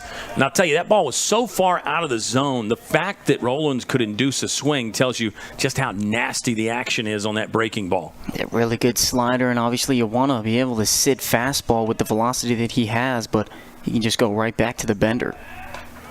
Another hard throw over to first. He throws it over to first in the mid-80s. He doesn't take much off on the pickoff attempt. That's fun. And a weapon, too, I would say, in controlling the running game as well. 0-2 count. Stufel looked like he might have been leaning just a tad there. Rowlands throws over one more time. There's one gone in the top of the 7th. CNU coming into the game looking for win number 18 this season. They're 0-2 in conference. They play in that weird coast-to-coast conference, which we can talk about here in just a second. Roland's just missed there. 1 ball, 2 strikes. So CNU, they end up, you don't play everybody in your conference there in the coast-to-coast.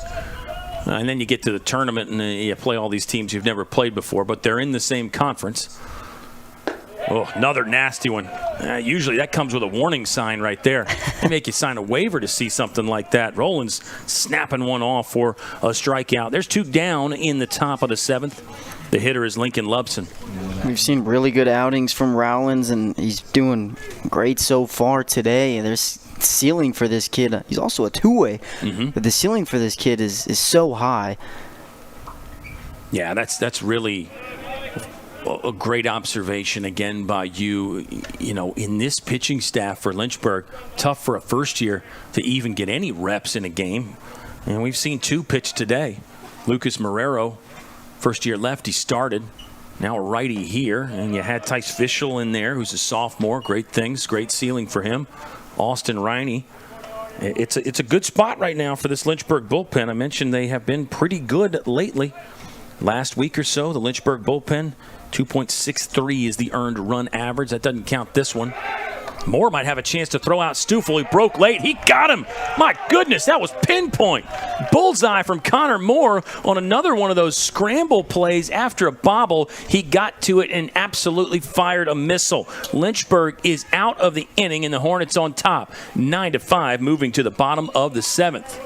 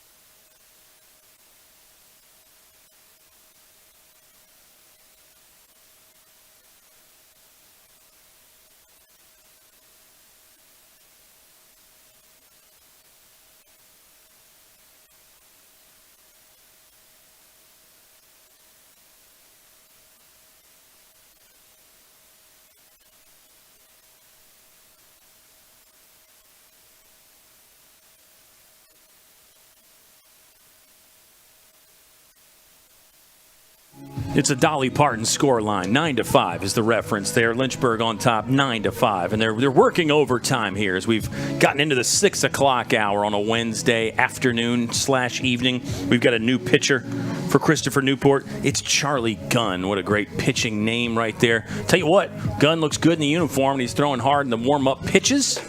We'll run down some numbers. He will face 9-1-2 for Lynchburg. Scheduled to be Maddox Tsutsui, Brandon Garcia, and then Joe Munitz in that order. Here we go. Ethan Gunn on the season. This is appearance number 8. Has made 2 starts. ERA is 14.90. 6 Ks, 14 walks, 15 hits. So he's had some command issues. If he could remedy those, CNU could potentially stay right in this ball game with 2 more chances to strike. We are in the bottom of the 7th. And that's really your job late in this ball game. You're only down by 4 runs. Coming into relief while down, you're really just trying to keep the damage down to a minimum and get your defense back in there, swinging the bat. Both teams have now used 4 pitchers. Both teams have used 4. 1-1 count to Tsutsui. Hey, Chase Husted started for CNU. Great first inning, 3 up, 3 down. Struck out Brandon Garcia. Got Munitz to ground out and Ben Jones to fly out. But then problems came to begin the second. Connor Moore hits the solo home run. Lynchburg strung together 3 consecutive singles, and then Brandon Garcia, a 2 RBI single with 2 outs. So that became a 4-run second, and then it was the Bryce Demery grand slam in the 3rd inning. And that actually came off the second pitcher, Chappell, for CNU. But Ducks did a good job of eating up some innings for the Captains. And, Ducks only allowed 1 run. And it was the run in the 6th. We're in the bottom of the 7th now. Tsutsui has a 2-2 count against Gunn. Tsutsui will pound one down the right field line, well foul.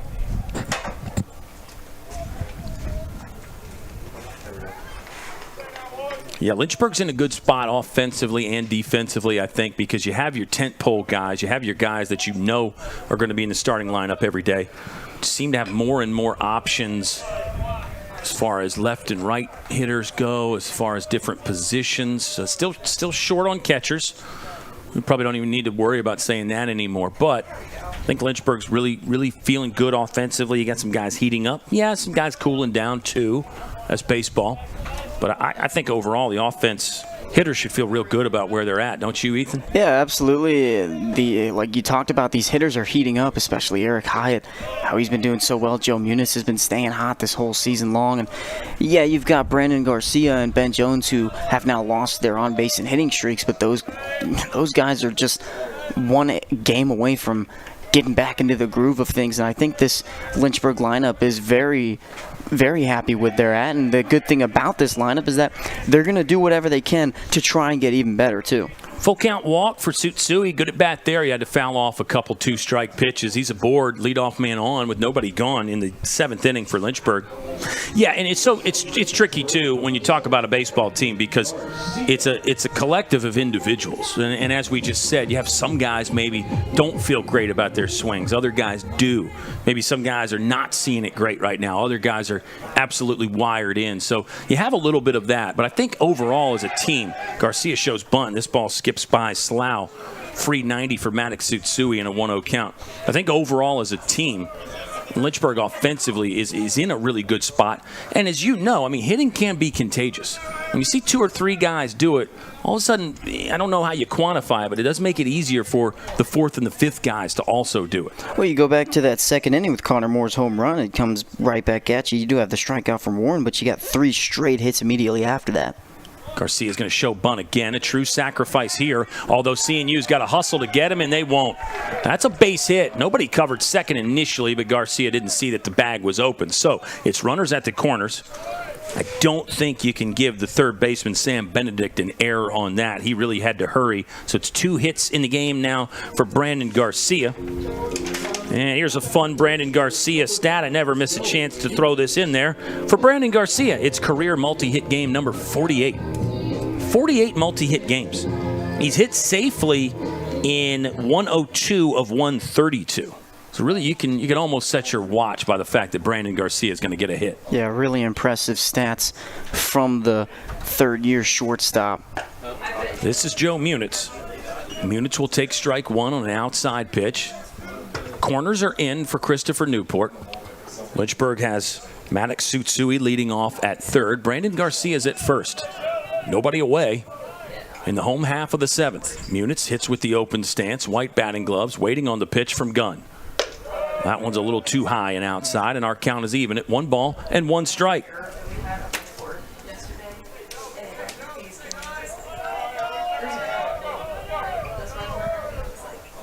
Middle double play depth for CNU. They are down 4, but they appear content to at least keep the middle back and maybe trade a run for 2 outs. Outfield normal depth here for Joe Muniz, who does have some pop and some power. Muniz on the season has 8 doubles, 1 triple, no homers. 1 career homer for Joe Muniz. Swings at the hanging breaking ball, but comes up empty, and now the count is 1 ball and 2 strikes. With 2 strikes now, we could possibly see Brandon Garcia take off for second to possibly try and take away that double play opportunity. Garcia's a runner anyway. Looks like he's leaning. Gun holds. He'll throw that direction. You see Maddox Tsutsui bouncing off a little bit down the third base line in case something goes wrong over there at first on the pickoff. Ben Jones is on deck. Ben Jones is 1 for 3 with a walk today. Ben Jones is the nation leader in base on balls. Gun will fire. And I just said that. I didn't mean to be clever or anything with that. It's a 2-2 count. Yeah, it's just one you use with the pitchers. You got to have like 19 different ways to say that he pitches. Probably still don't have enough. But we'll work on it. It's closing in on postseason. We haven't even hit postseason form just yet. Munit's waiting with nobody out. The 2-2's in the dirt. Now our count is full. Joe Munit's an elite eye on the season. 31 walks to just 12 strikeouts for Joe Munitz. Well, we talk about the base on balls and the free 90s that this team gets. They're so good, even if they go down early in the count, driving into deep count situations. Garcia is going. That one's low. Better pitch that time from Gunn, but it will be ball 4. And the bases are packed again. 2 walks and a single in the inning. Lynchburg has now walked 8 times, so they're over their season average in that category. 12 hits, a dozen hits for Lynchburg offensively. Could be change time for CNU, or maybe just conversation time for Gunn. There's a look to the bullpen and a signal there. We are going to get a new arm. They will inherit that bases loaded situation and nobody out. Both teams have had this today. Austin Riney and Tice Fischel actually did a pretty good job when they came in with the bases loaded for Lynchburg defensively. Let's see who the new arm for CNU is and see what they can do to get themselves out of a sticky jam. And a great hitter up, Ben Jones. One of the all-time best already in Lynchburg history. For Ben Jones, he had the outstanding freshman season. He hit .314 with 36 walks as a freshman, slugged over 600. That's 25 extra base hits in there. And on the career now, Ben Jones has 61 extra base hits. Colin Darcy is the hitter now. Or the pitcher, rather. He's not the hitter. The hitter is Ben Jones. Colin Darcy. Colin is a senior from Westchester, New York. A 6'3", 210-pound right-hander. And you see him getting the warm-up tosses there. Darcy's one of those old-school guys that comes straight over the top at you, Ethan. You see so much three-quarters and sidearm now. It's kind of unique when you see an over-the-top thrower. You just don't have that many of them anymore. Yeah, a lot of people like to go to that three-quarter, almost sidearm kind of arm action because it does allow you, so scientifically you already pronate the ball when you throw it, which allows you to get some run. You go to that three-quarter, that sidearm kind of route, it allows you to get even more run on your fastball. Darcy's got good numbers on the season. I'd call him a premier bullpen option. We'll discuss another guy in that category in just a moment. Darcy has made 10 appearances. He's 1-0 with 1 save. The earned run average is 2.45. Batting average against is a little bit high for a low ERA like that. Hitters are hitting .356 off Darcy. I would say the closer for CNU is a guy named Christian Williams. He's got 4 saves and a 1-0 record to go along with an earned run average that is below 1. But this is Colin Darcy.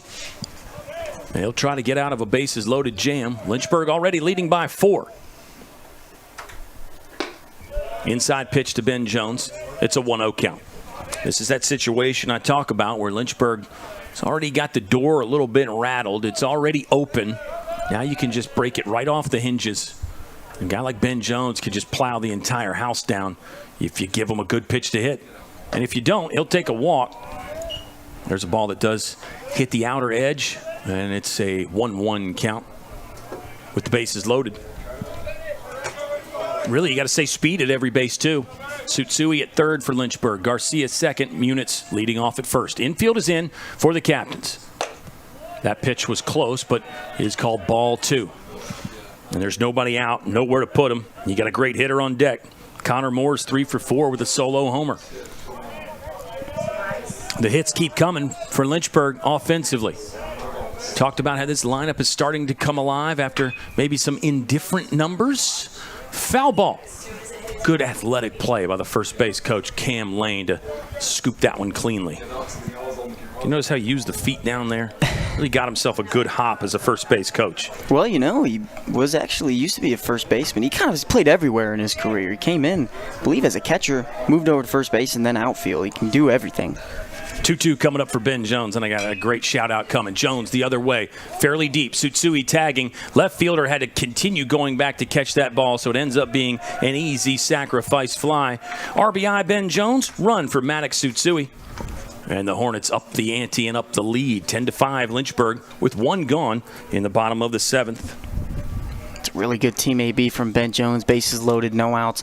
Just want to lift one to the outfield, try and score that one run. Now you pass the baton to Connor Moore, who's had such a hot season, but an even hotter day. Yeah, incredible stuff for Connor Moore. 3-hit day for Connor Moore. Still runners at first and second now. Darcy gets set to work to Connor Moore. Another lefty for Lynchburg. They have a plethora of those, a bevy of left-handed hitting options. Same thing in the bullpen, too. We saw a couple other ones getting loose. Christopher Newport hosting Marymount tomorrow. And a shout-out to my buddy and former teammate, Mike Cassidy, who is tuned in. Not doing his scouting for this one. He's just enjoying a ball game. But CNU and Marymount, that'll be a good one. I know my friend Mike Cassidy, what a baseball guy. He and I have talked about the game so much. He was a scrappy outfielder and a left-handed hitter. Back in the day, we'll say, Mike, don't want to tell anybody how old we are. Back in the day, for the Averitt Cougars, we had to battle against this CNU ball club. Coach Harvell was the man back then, and he's managing in his 1,000th game today, Mike. This ball fouled down the left field line. Long run for left short and the third baseman, and ball landed basically equidistant right between all three of them. It is a foul ball, and another try here for Connor Moore with a 1-2 count. How many games have you managed, Mike Cassidy? I think my buddy Mike Cassidy. Now, Ski, when you went to that, I guess the regional in 2021 or 22, Marymount was in that region with you guys, right? Yes, they were, along with LaGrange, Birmingham, and Southern Salisbury. Good man, that's a total recall there by you. That was impressive. I think that was right before my buddy Mike Cassidy took over at Marymount. I think he was an assistant on that ball club. 1-2 pitch. Well, it's upstairs, awfully close. Good hold by Connor Moore. Cassidy's a baseball lifer, like so many of us. It was just fun. Day at the ballpark, man. You can't beat it. Another shot at Jerry, who is the new mascot, that bird, that duck, that goose, whatever it was over there by the Lynchburg dugout. Darcy kind of looked back, and how about Connor Moore? He went downstairs mid-shin to just knock this ball deep in the right center gap. It's down for extra bases. Garcia is in. Green light for Joe Munitz. No play at home. Stand-up double for Connor Moore. 2 RBIs, and his hot day continues. C. Moore had a see-ya earlier. This time the ball will stay in the ballpark, but he hit that thing deep, landing in front of the James C. Fox Field sign. He went down and got that, a beautiful barrel into that deep right center field gap. It looked like it had a chance, but a couple hops towards the fence. Good pickup. Good job getting it in. Obviously the 2-run score, but you hold Connor Moore to a double, but you extend the lead to 7 runs now. So great job from Connor Moore, and I will say, he gets another at-bat. He is that triple away shy of the cycle. Love it. Cycle watch. Finally. Yeah. Finally we asked can say. for it earlier. Right. Ryder Warren still looking for his first hit today. Did walk and had a successful sacrifice bunt. Good hack there on a ball that went into the glove and bounced out. 0-1 count. Yeah, Connor Moore, I mean, let's go back to his swing. It's weird. It does not look like he swings hard. He's got a lot of leverage in there somehow. I don't know what the physics say on a swing like that, but the ball just flies off his bat, doesn't it? Yeah, absolutely. I don't know what it is. And I said this probably every single year. I feel like lefty swings look so much better than righty swings. Yeah. Like, it makes me wish I was a lefty growing up. Well, it's not too late to change and make a comeback. Cassidy said not 1,000 games managed like John Harvell, the head man for CNU, but he's closing in on it. Travis Beasley, crazy to think that Coach Beasley's just in his second season. He was, of course, the associate head coach under Lucas Jones. Fun to talk about the coaches and the players and all the connections and the history. We're making some more history right now, today. On a sunny Thursday in mid-April. 1-2 count. Ryder Warren, he'll swing and miss. Got a piece? No, he did not. Saw the dust fly up. I think that was just a glove hitting the ground because first base was not occupied, so if it bounced, then Warren could have run. But anyway, it's a strikeout, and the second one gone here in the bottom of the 7th.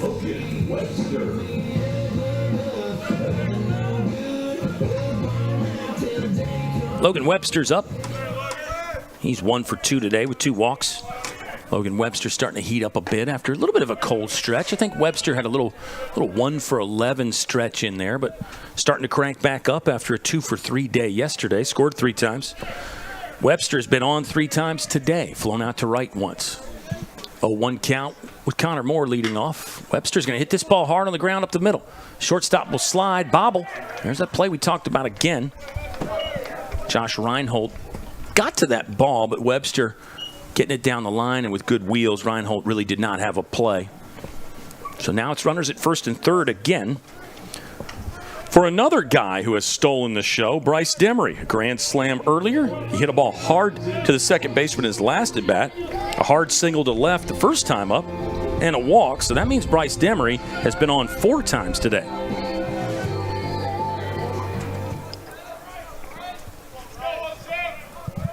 Demery has faced, I think he's faced every pitcher 1 time for Christopher Newport. Double checking the numbers on that. That looks right. It is always tough to face a new pitcher every single at bat. You get accustomed to how a certain pitcher is releasing or his pitches, and having a new one every single time you're up at the plate is definitely difficult with Bryce Demery, showing why he doesn't really care about that. Yeah. You're absolutely right, but I think I'm wrong. I think Demery faced Ducks twice. I'm going to double check it, though. I'm going to double check it because that's why you keep all these meticulous notes. That's why you keep score at the ball game for moments like these. 2-0 count. Demery hit another one hard. Now he's going to all fields. I mean, come on, Bryce Demery. He just can't do that, man. What a day for Bryce Demery. Single to left, grand slam to left, a walk, pounded a ball through the second baseman, and now he just sprays one out there to right.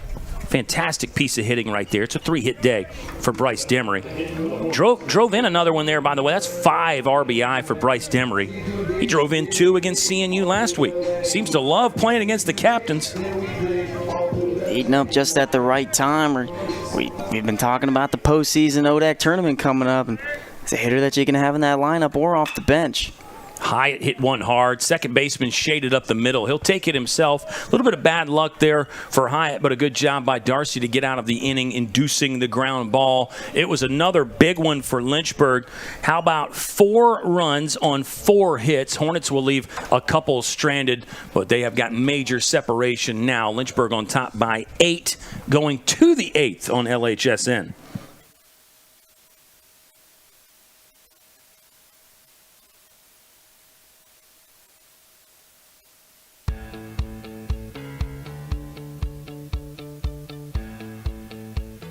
Being a part of the different activities and organizations that I've been a part of, I'm actually able to see myself where I'm like, hey, I actually can make a change. I'm one person that can make a difference. Division III has helped me to develop teamwork skills, critical thinking skills, time management skills. It's not just about basketball, or it's not just about school, it's about developing yourself as a person altogether.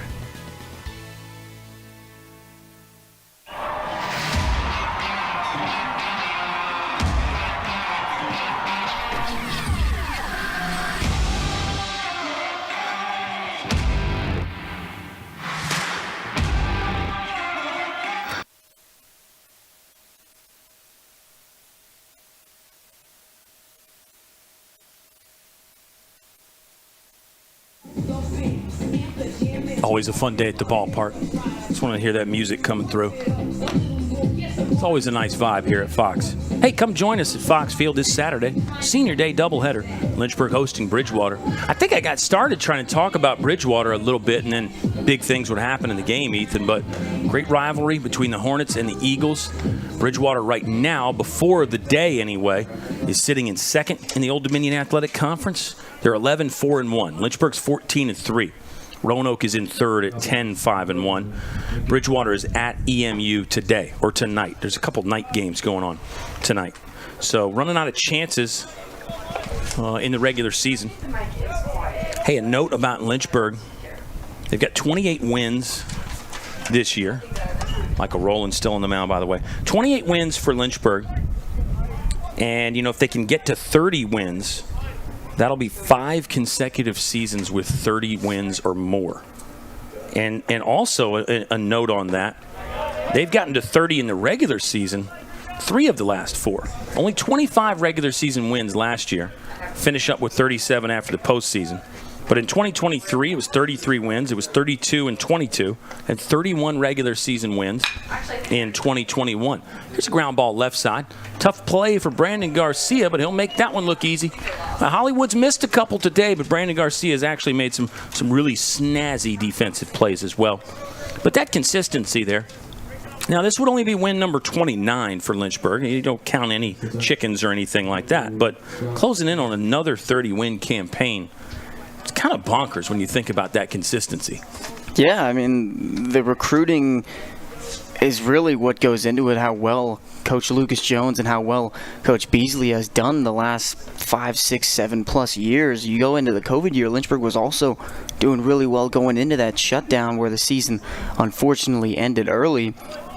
But the consistency is what is most important really in any sport, and Lynchburg has done a great job with that in the last 5 years. 2-0 count. Pardon me, to Scott Crossan. Crossan is 1 for 2 today.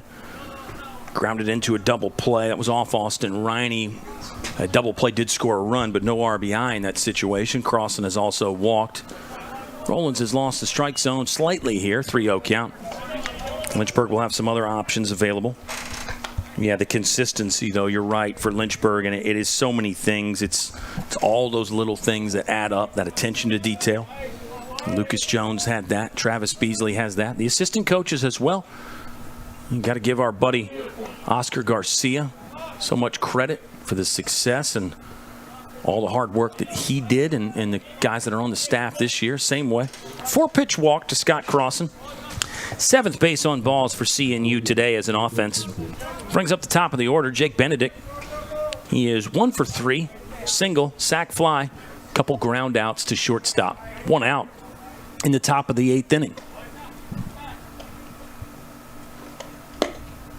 Rollins misses outside. Rollins is a guy that comes set kind of closed. You can see the back of his number from the camera angle here too. Not uncommon to see pitchers do that.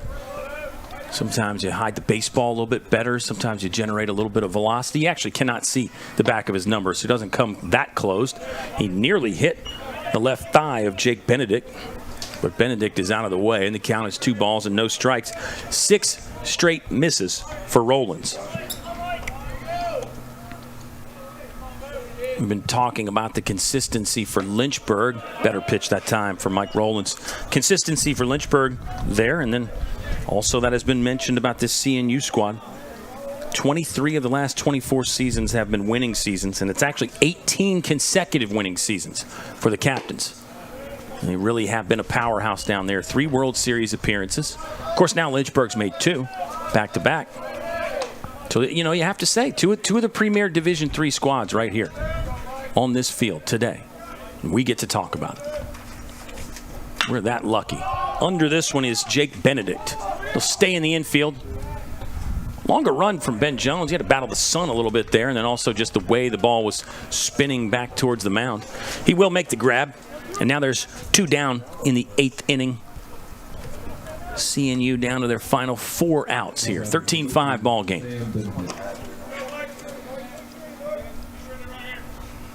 Sam Benedict is in the batter's box, a junior from Glastonbury, Connecticut. Hits this one hard. Garcia has no chance on that. It's just a line drive into left center. Webster's going to get there. Well, he almost had to play at third, but Brandon Garcia could not come up with the relay cleanly. So Scott Crossan advancing first to third. A little bit of danger there in an 8-run deficit. You also don't want to make the third out at third base. That's one of those rules that Mike Cassidy probably tells his guys at Marymount. But rules are made to be broken, and Crossan got there safely. Yeah, good swing from Benedict, just smoking that one right over Brandon Garcia into left center field. Scott Crossan, good speed, getting to third base. It looked like Brandon Garcia, even on that cut, looked like he wasn't even going to try and go for third. Just keep that second runner off of scoring position off of second base. 8th batter that Michael Rowlands has faced. You go back a little bit. Riney pitched to 5. He got 5 straight ground balls. For Fischel threw to 15 hitters. Oh, check swing there. Moore lost that. Runner's going to try to come home. He'll get there safely. A run for Scott Crossan. And now it's a 7-run ball game. Crossan comes home. He walked. Advanced to third on the single from Benedict. So Fischel threw to 15 hitters. And that means the starter, Lucas Marrero, got to work to 11 batters.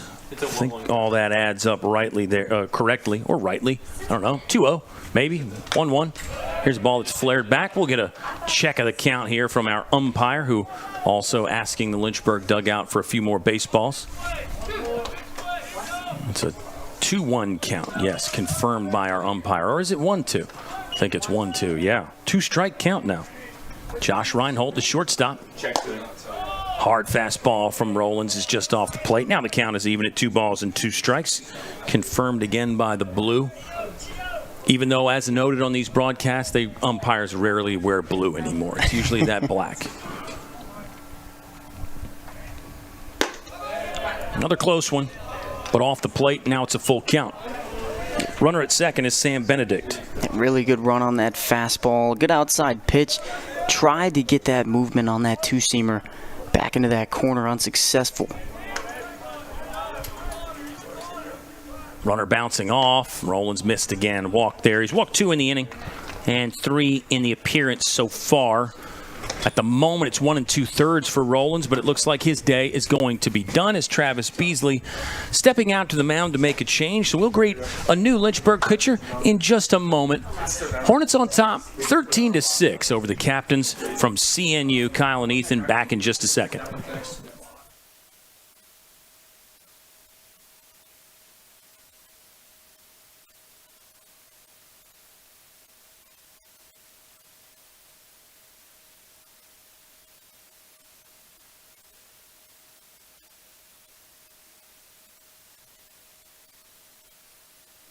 The new pitcher for Lynchburg is Alex Mooring. Mooring threw a handful of pitches yesterday, working to 2 hitters in the win over Virginia Wesleyan. So the arm should be fresh for Mooring. And now a nice opportunity, too, for him to see how it does feel on pitching back-to-back days, because that's a little bit of a different routine. A lot of times Lynchburg, likes to shut a guy down after an outing. Maybe he's not available the next day.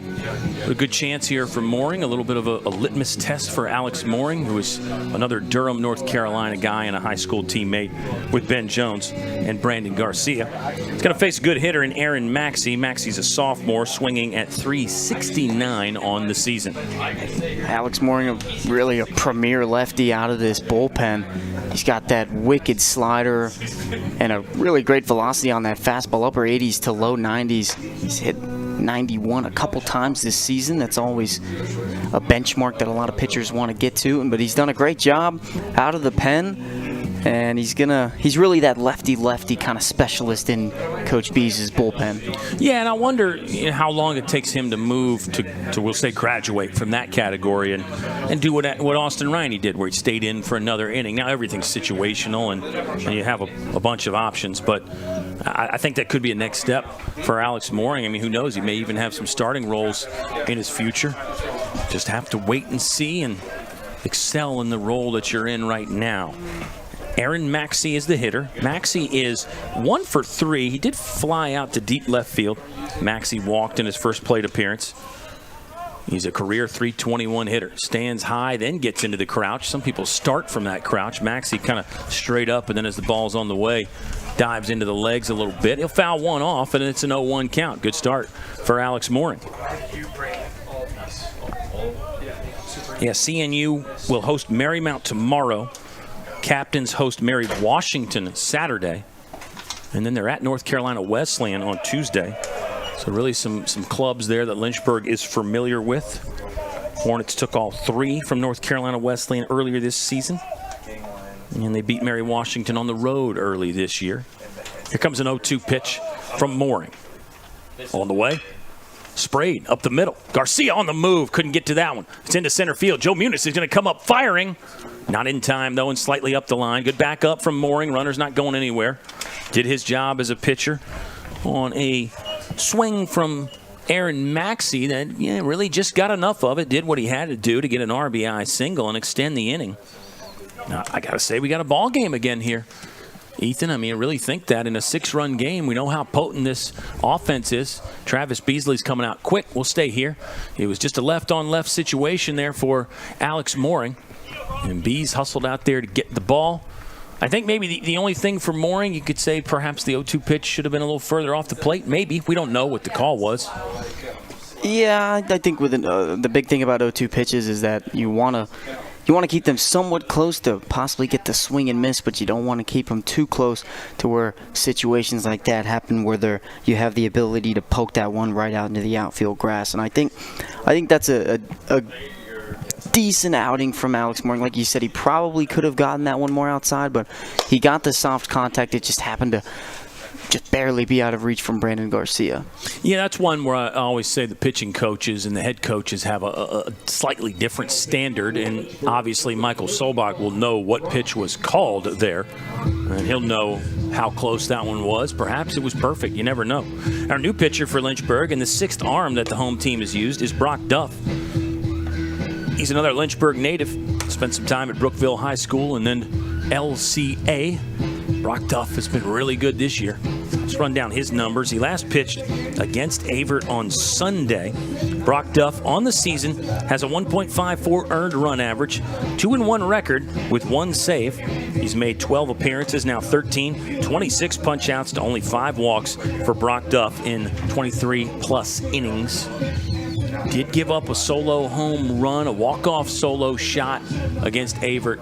Duff was really good, and that was an outing that ended up, I think, it was his 3rd or 4th inning that he pitched in. And I don't mention that to say he ran out of gas, just, saying those were the circumstances.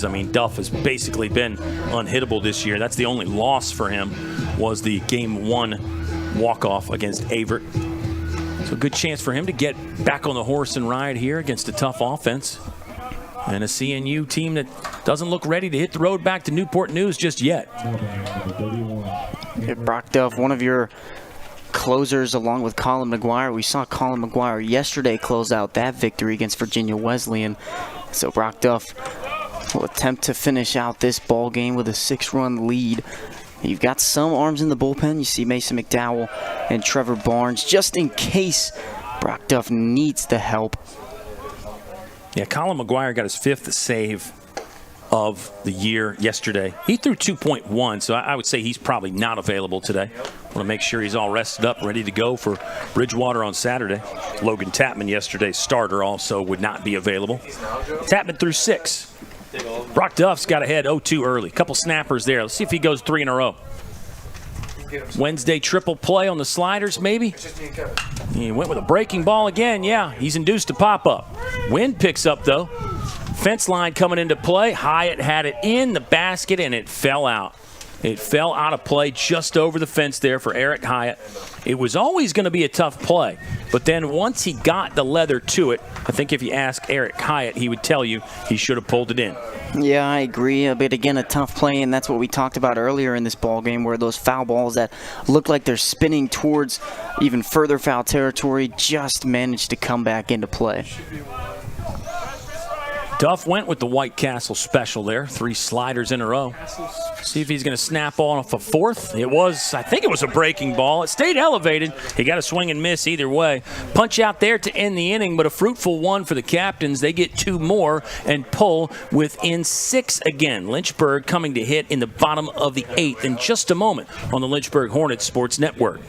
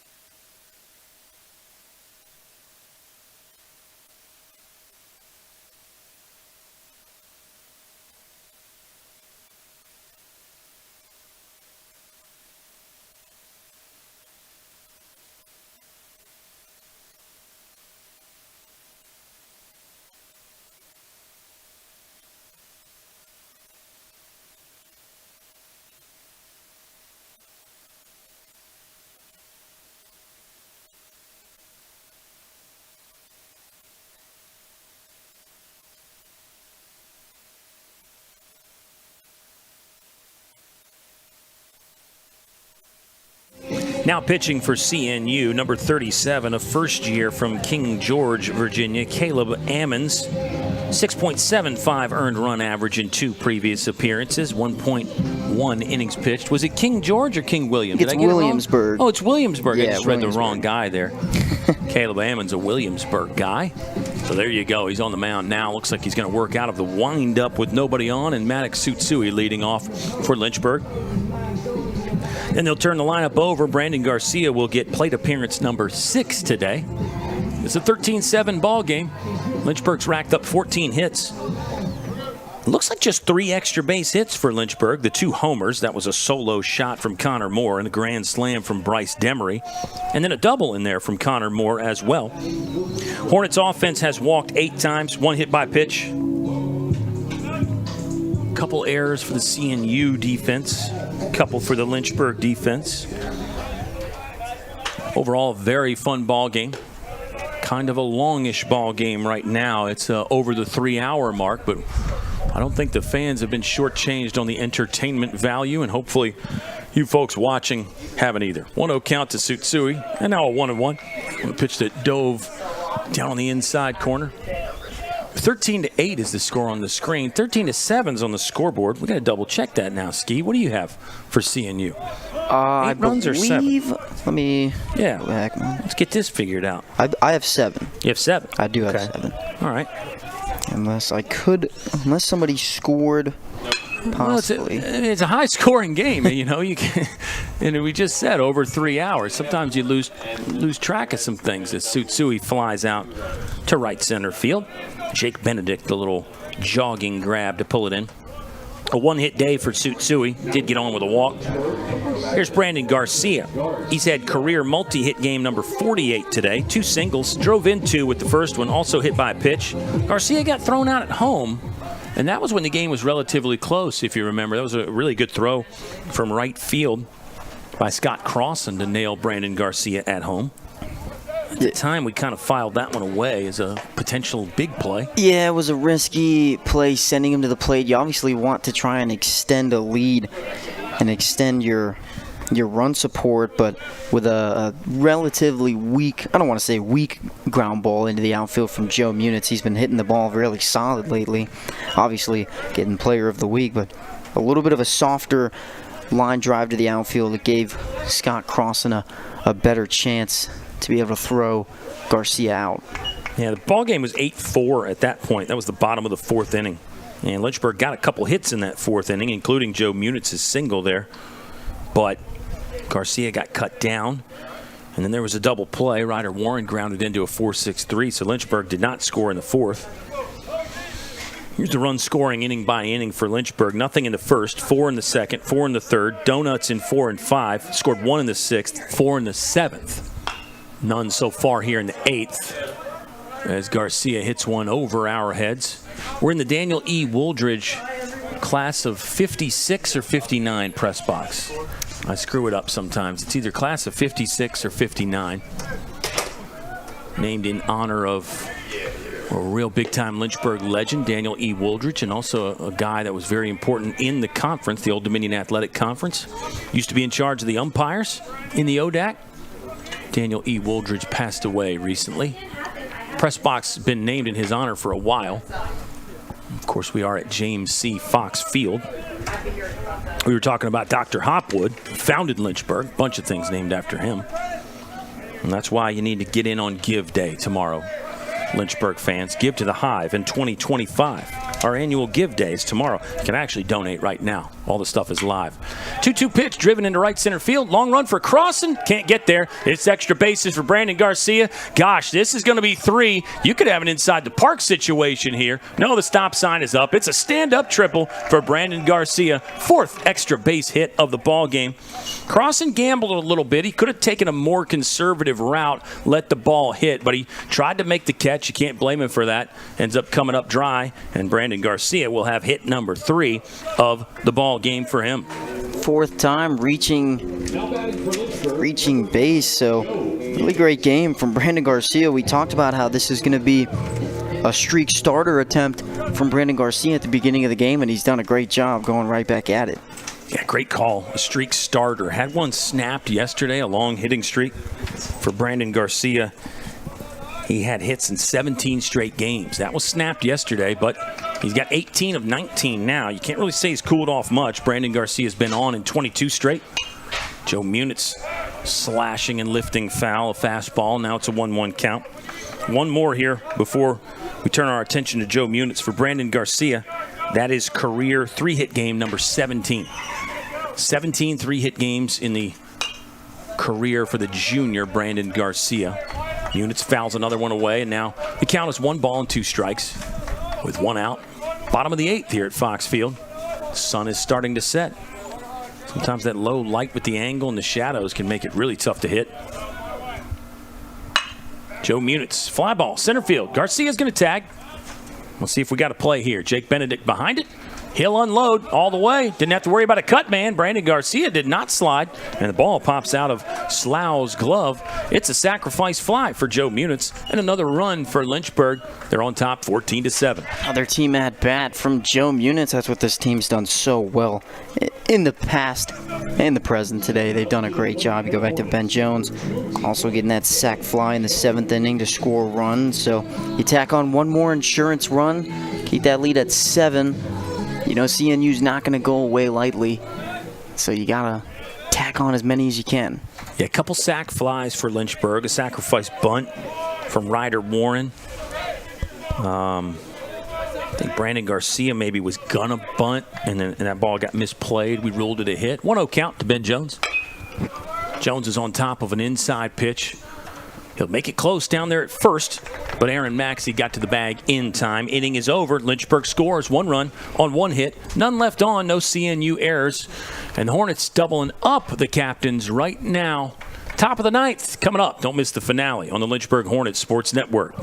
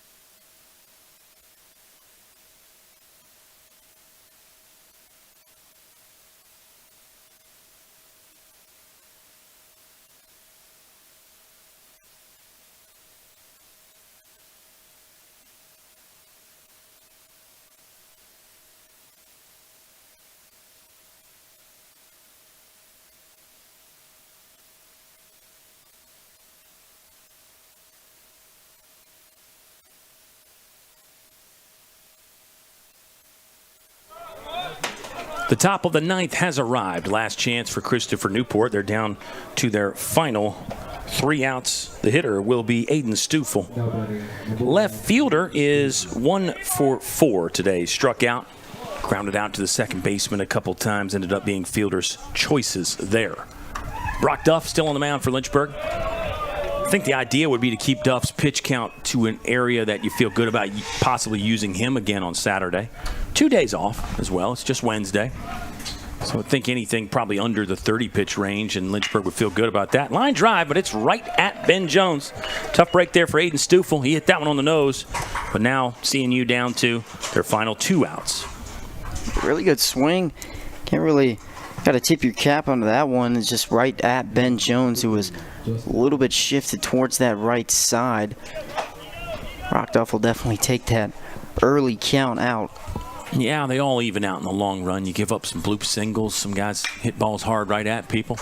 And you think about that from the offensive side as well. Likas puts a charge into that for another good move there by Joe Munitz to sprint back early, and then he got stationed right under the long fly ball. Well, now, 2 quick outs. That means CNU is down to the final one with Lincoln Lubson hitting. Still hitless on the day. He has walked. He also reached on an error. 2 gone in the top of the ninth. 14-7, the Lynchburg lead. We're going to have to spend a little time running down the offensive exploits for the Hornets today. In our post-game, our little short miniature post-game show, because some of us have to run up to the women's field hockey matchup. Women's lacrosse. Women's lacrosse, thank you. Thank you. It's been a long day. Maddox Tsutsui moving to his left. He'll throw, and the day is done. A big win for Lynchburg. They take it 14-7. Hornets go to 29-5 on the season. CNU now 17-15. It's a season sweep for Lynchburg. They beat the Captains twice in 2 weeks.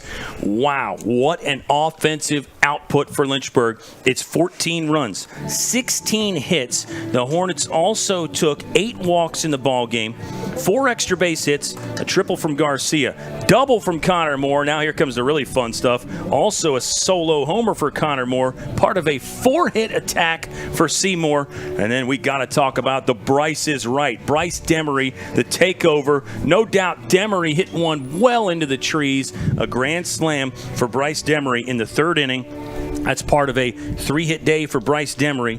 He also walked. He also hit a ball hard that ended up being an error. Just a fantastic day for Bryce Demery. Other guys with multiple hits, well, Brandon Garcia had a 3-hit day. Outstanding there. Munitz, Jones, 1 hit apiece. Logan Webster, 2 hits. Also 2 walks for Webster. 1 hit for Maddox Tsutsui. Eric Hyatt had 1 hit. Offensively, I think it's about a 10 of 10 for Lynchburg in this one. Don't you, partner? Yeah, I 100% agree. The bats were alive for both teams. 25 combined hits for both squads is outstanding. Obviously, CNU kept it competitive throughout the entire game. Lynchburg took that 7-run lead in that bottom of the 3rd, and CNU came back, notched 3 in the 4th, and then another one in the 5th. They kept it, again, they kept it competitive. I really liked how you highlighted Connor Moore and Bryce Demery. I mean, those two are probably my co-MVPs for this ball game. Yeah, hard to separate those two. Just an outstanding day at the plate for those guys. Congratulations to Bryce Demery and Connor Moore. CNU, yeah, that's a good offense. I mean, the Captains have now lost 4 of 5, but that's misleading. They play a tough schedule. They got a really good lineup there. They're going to be tough against Marymount tomorrow. Good luck, Mike Cassidy.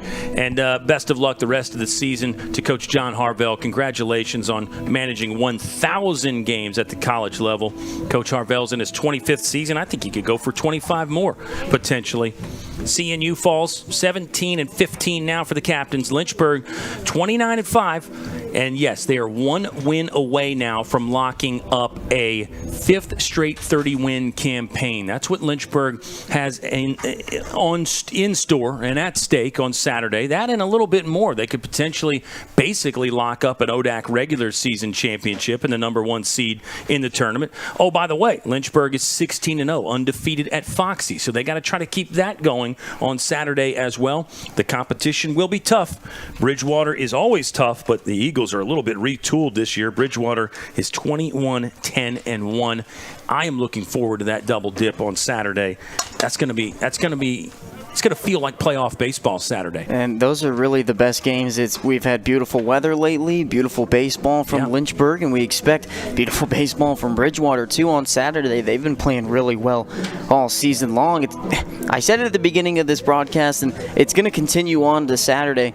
This week is all about keeping the streak, starting the streak and then keeping it. You've restarted a on-base streak and hitting streak for both Brandon Garcia and Ben Jones, and you got to just keep that win streak going now. You got 3 in a row ever since that split against Averett, and that's what it's all about on Saturday. You're fighting for more than just 2 wins. I love that from you earlier in the show, pregame there, about the streaks. Had some snap, start new ones. Great point there by you, and love to tie it all in that way. I think Tice Fischel's going to get the win. I'm looking, and I got confirmation. Congrats on Tice Fischel for the victory. Let's see. On the season now, Tice Fischel is 2-1. Congratulations to Tice. Marrero started, Lucas Barrero.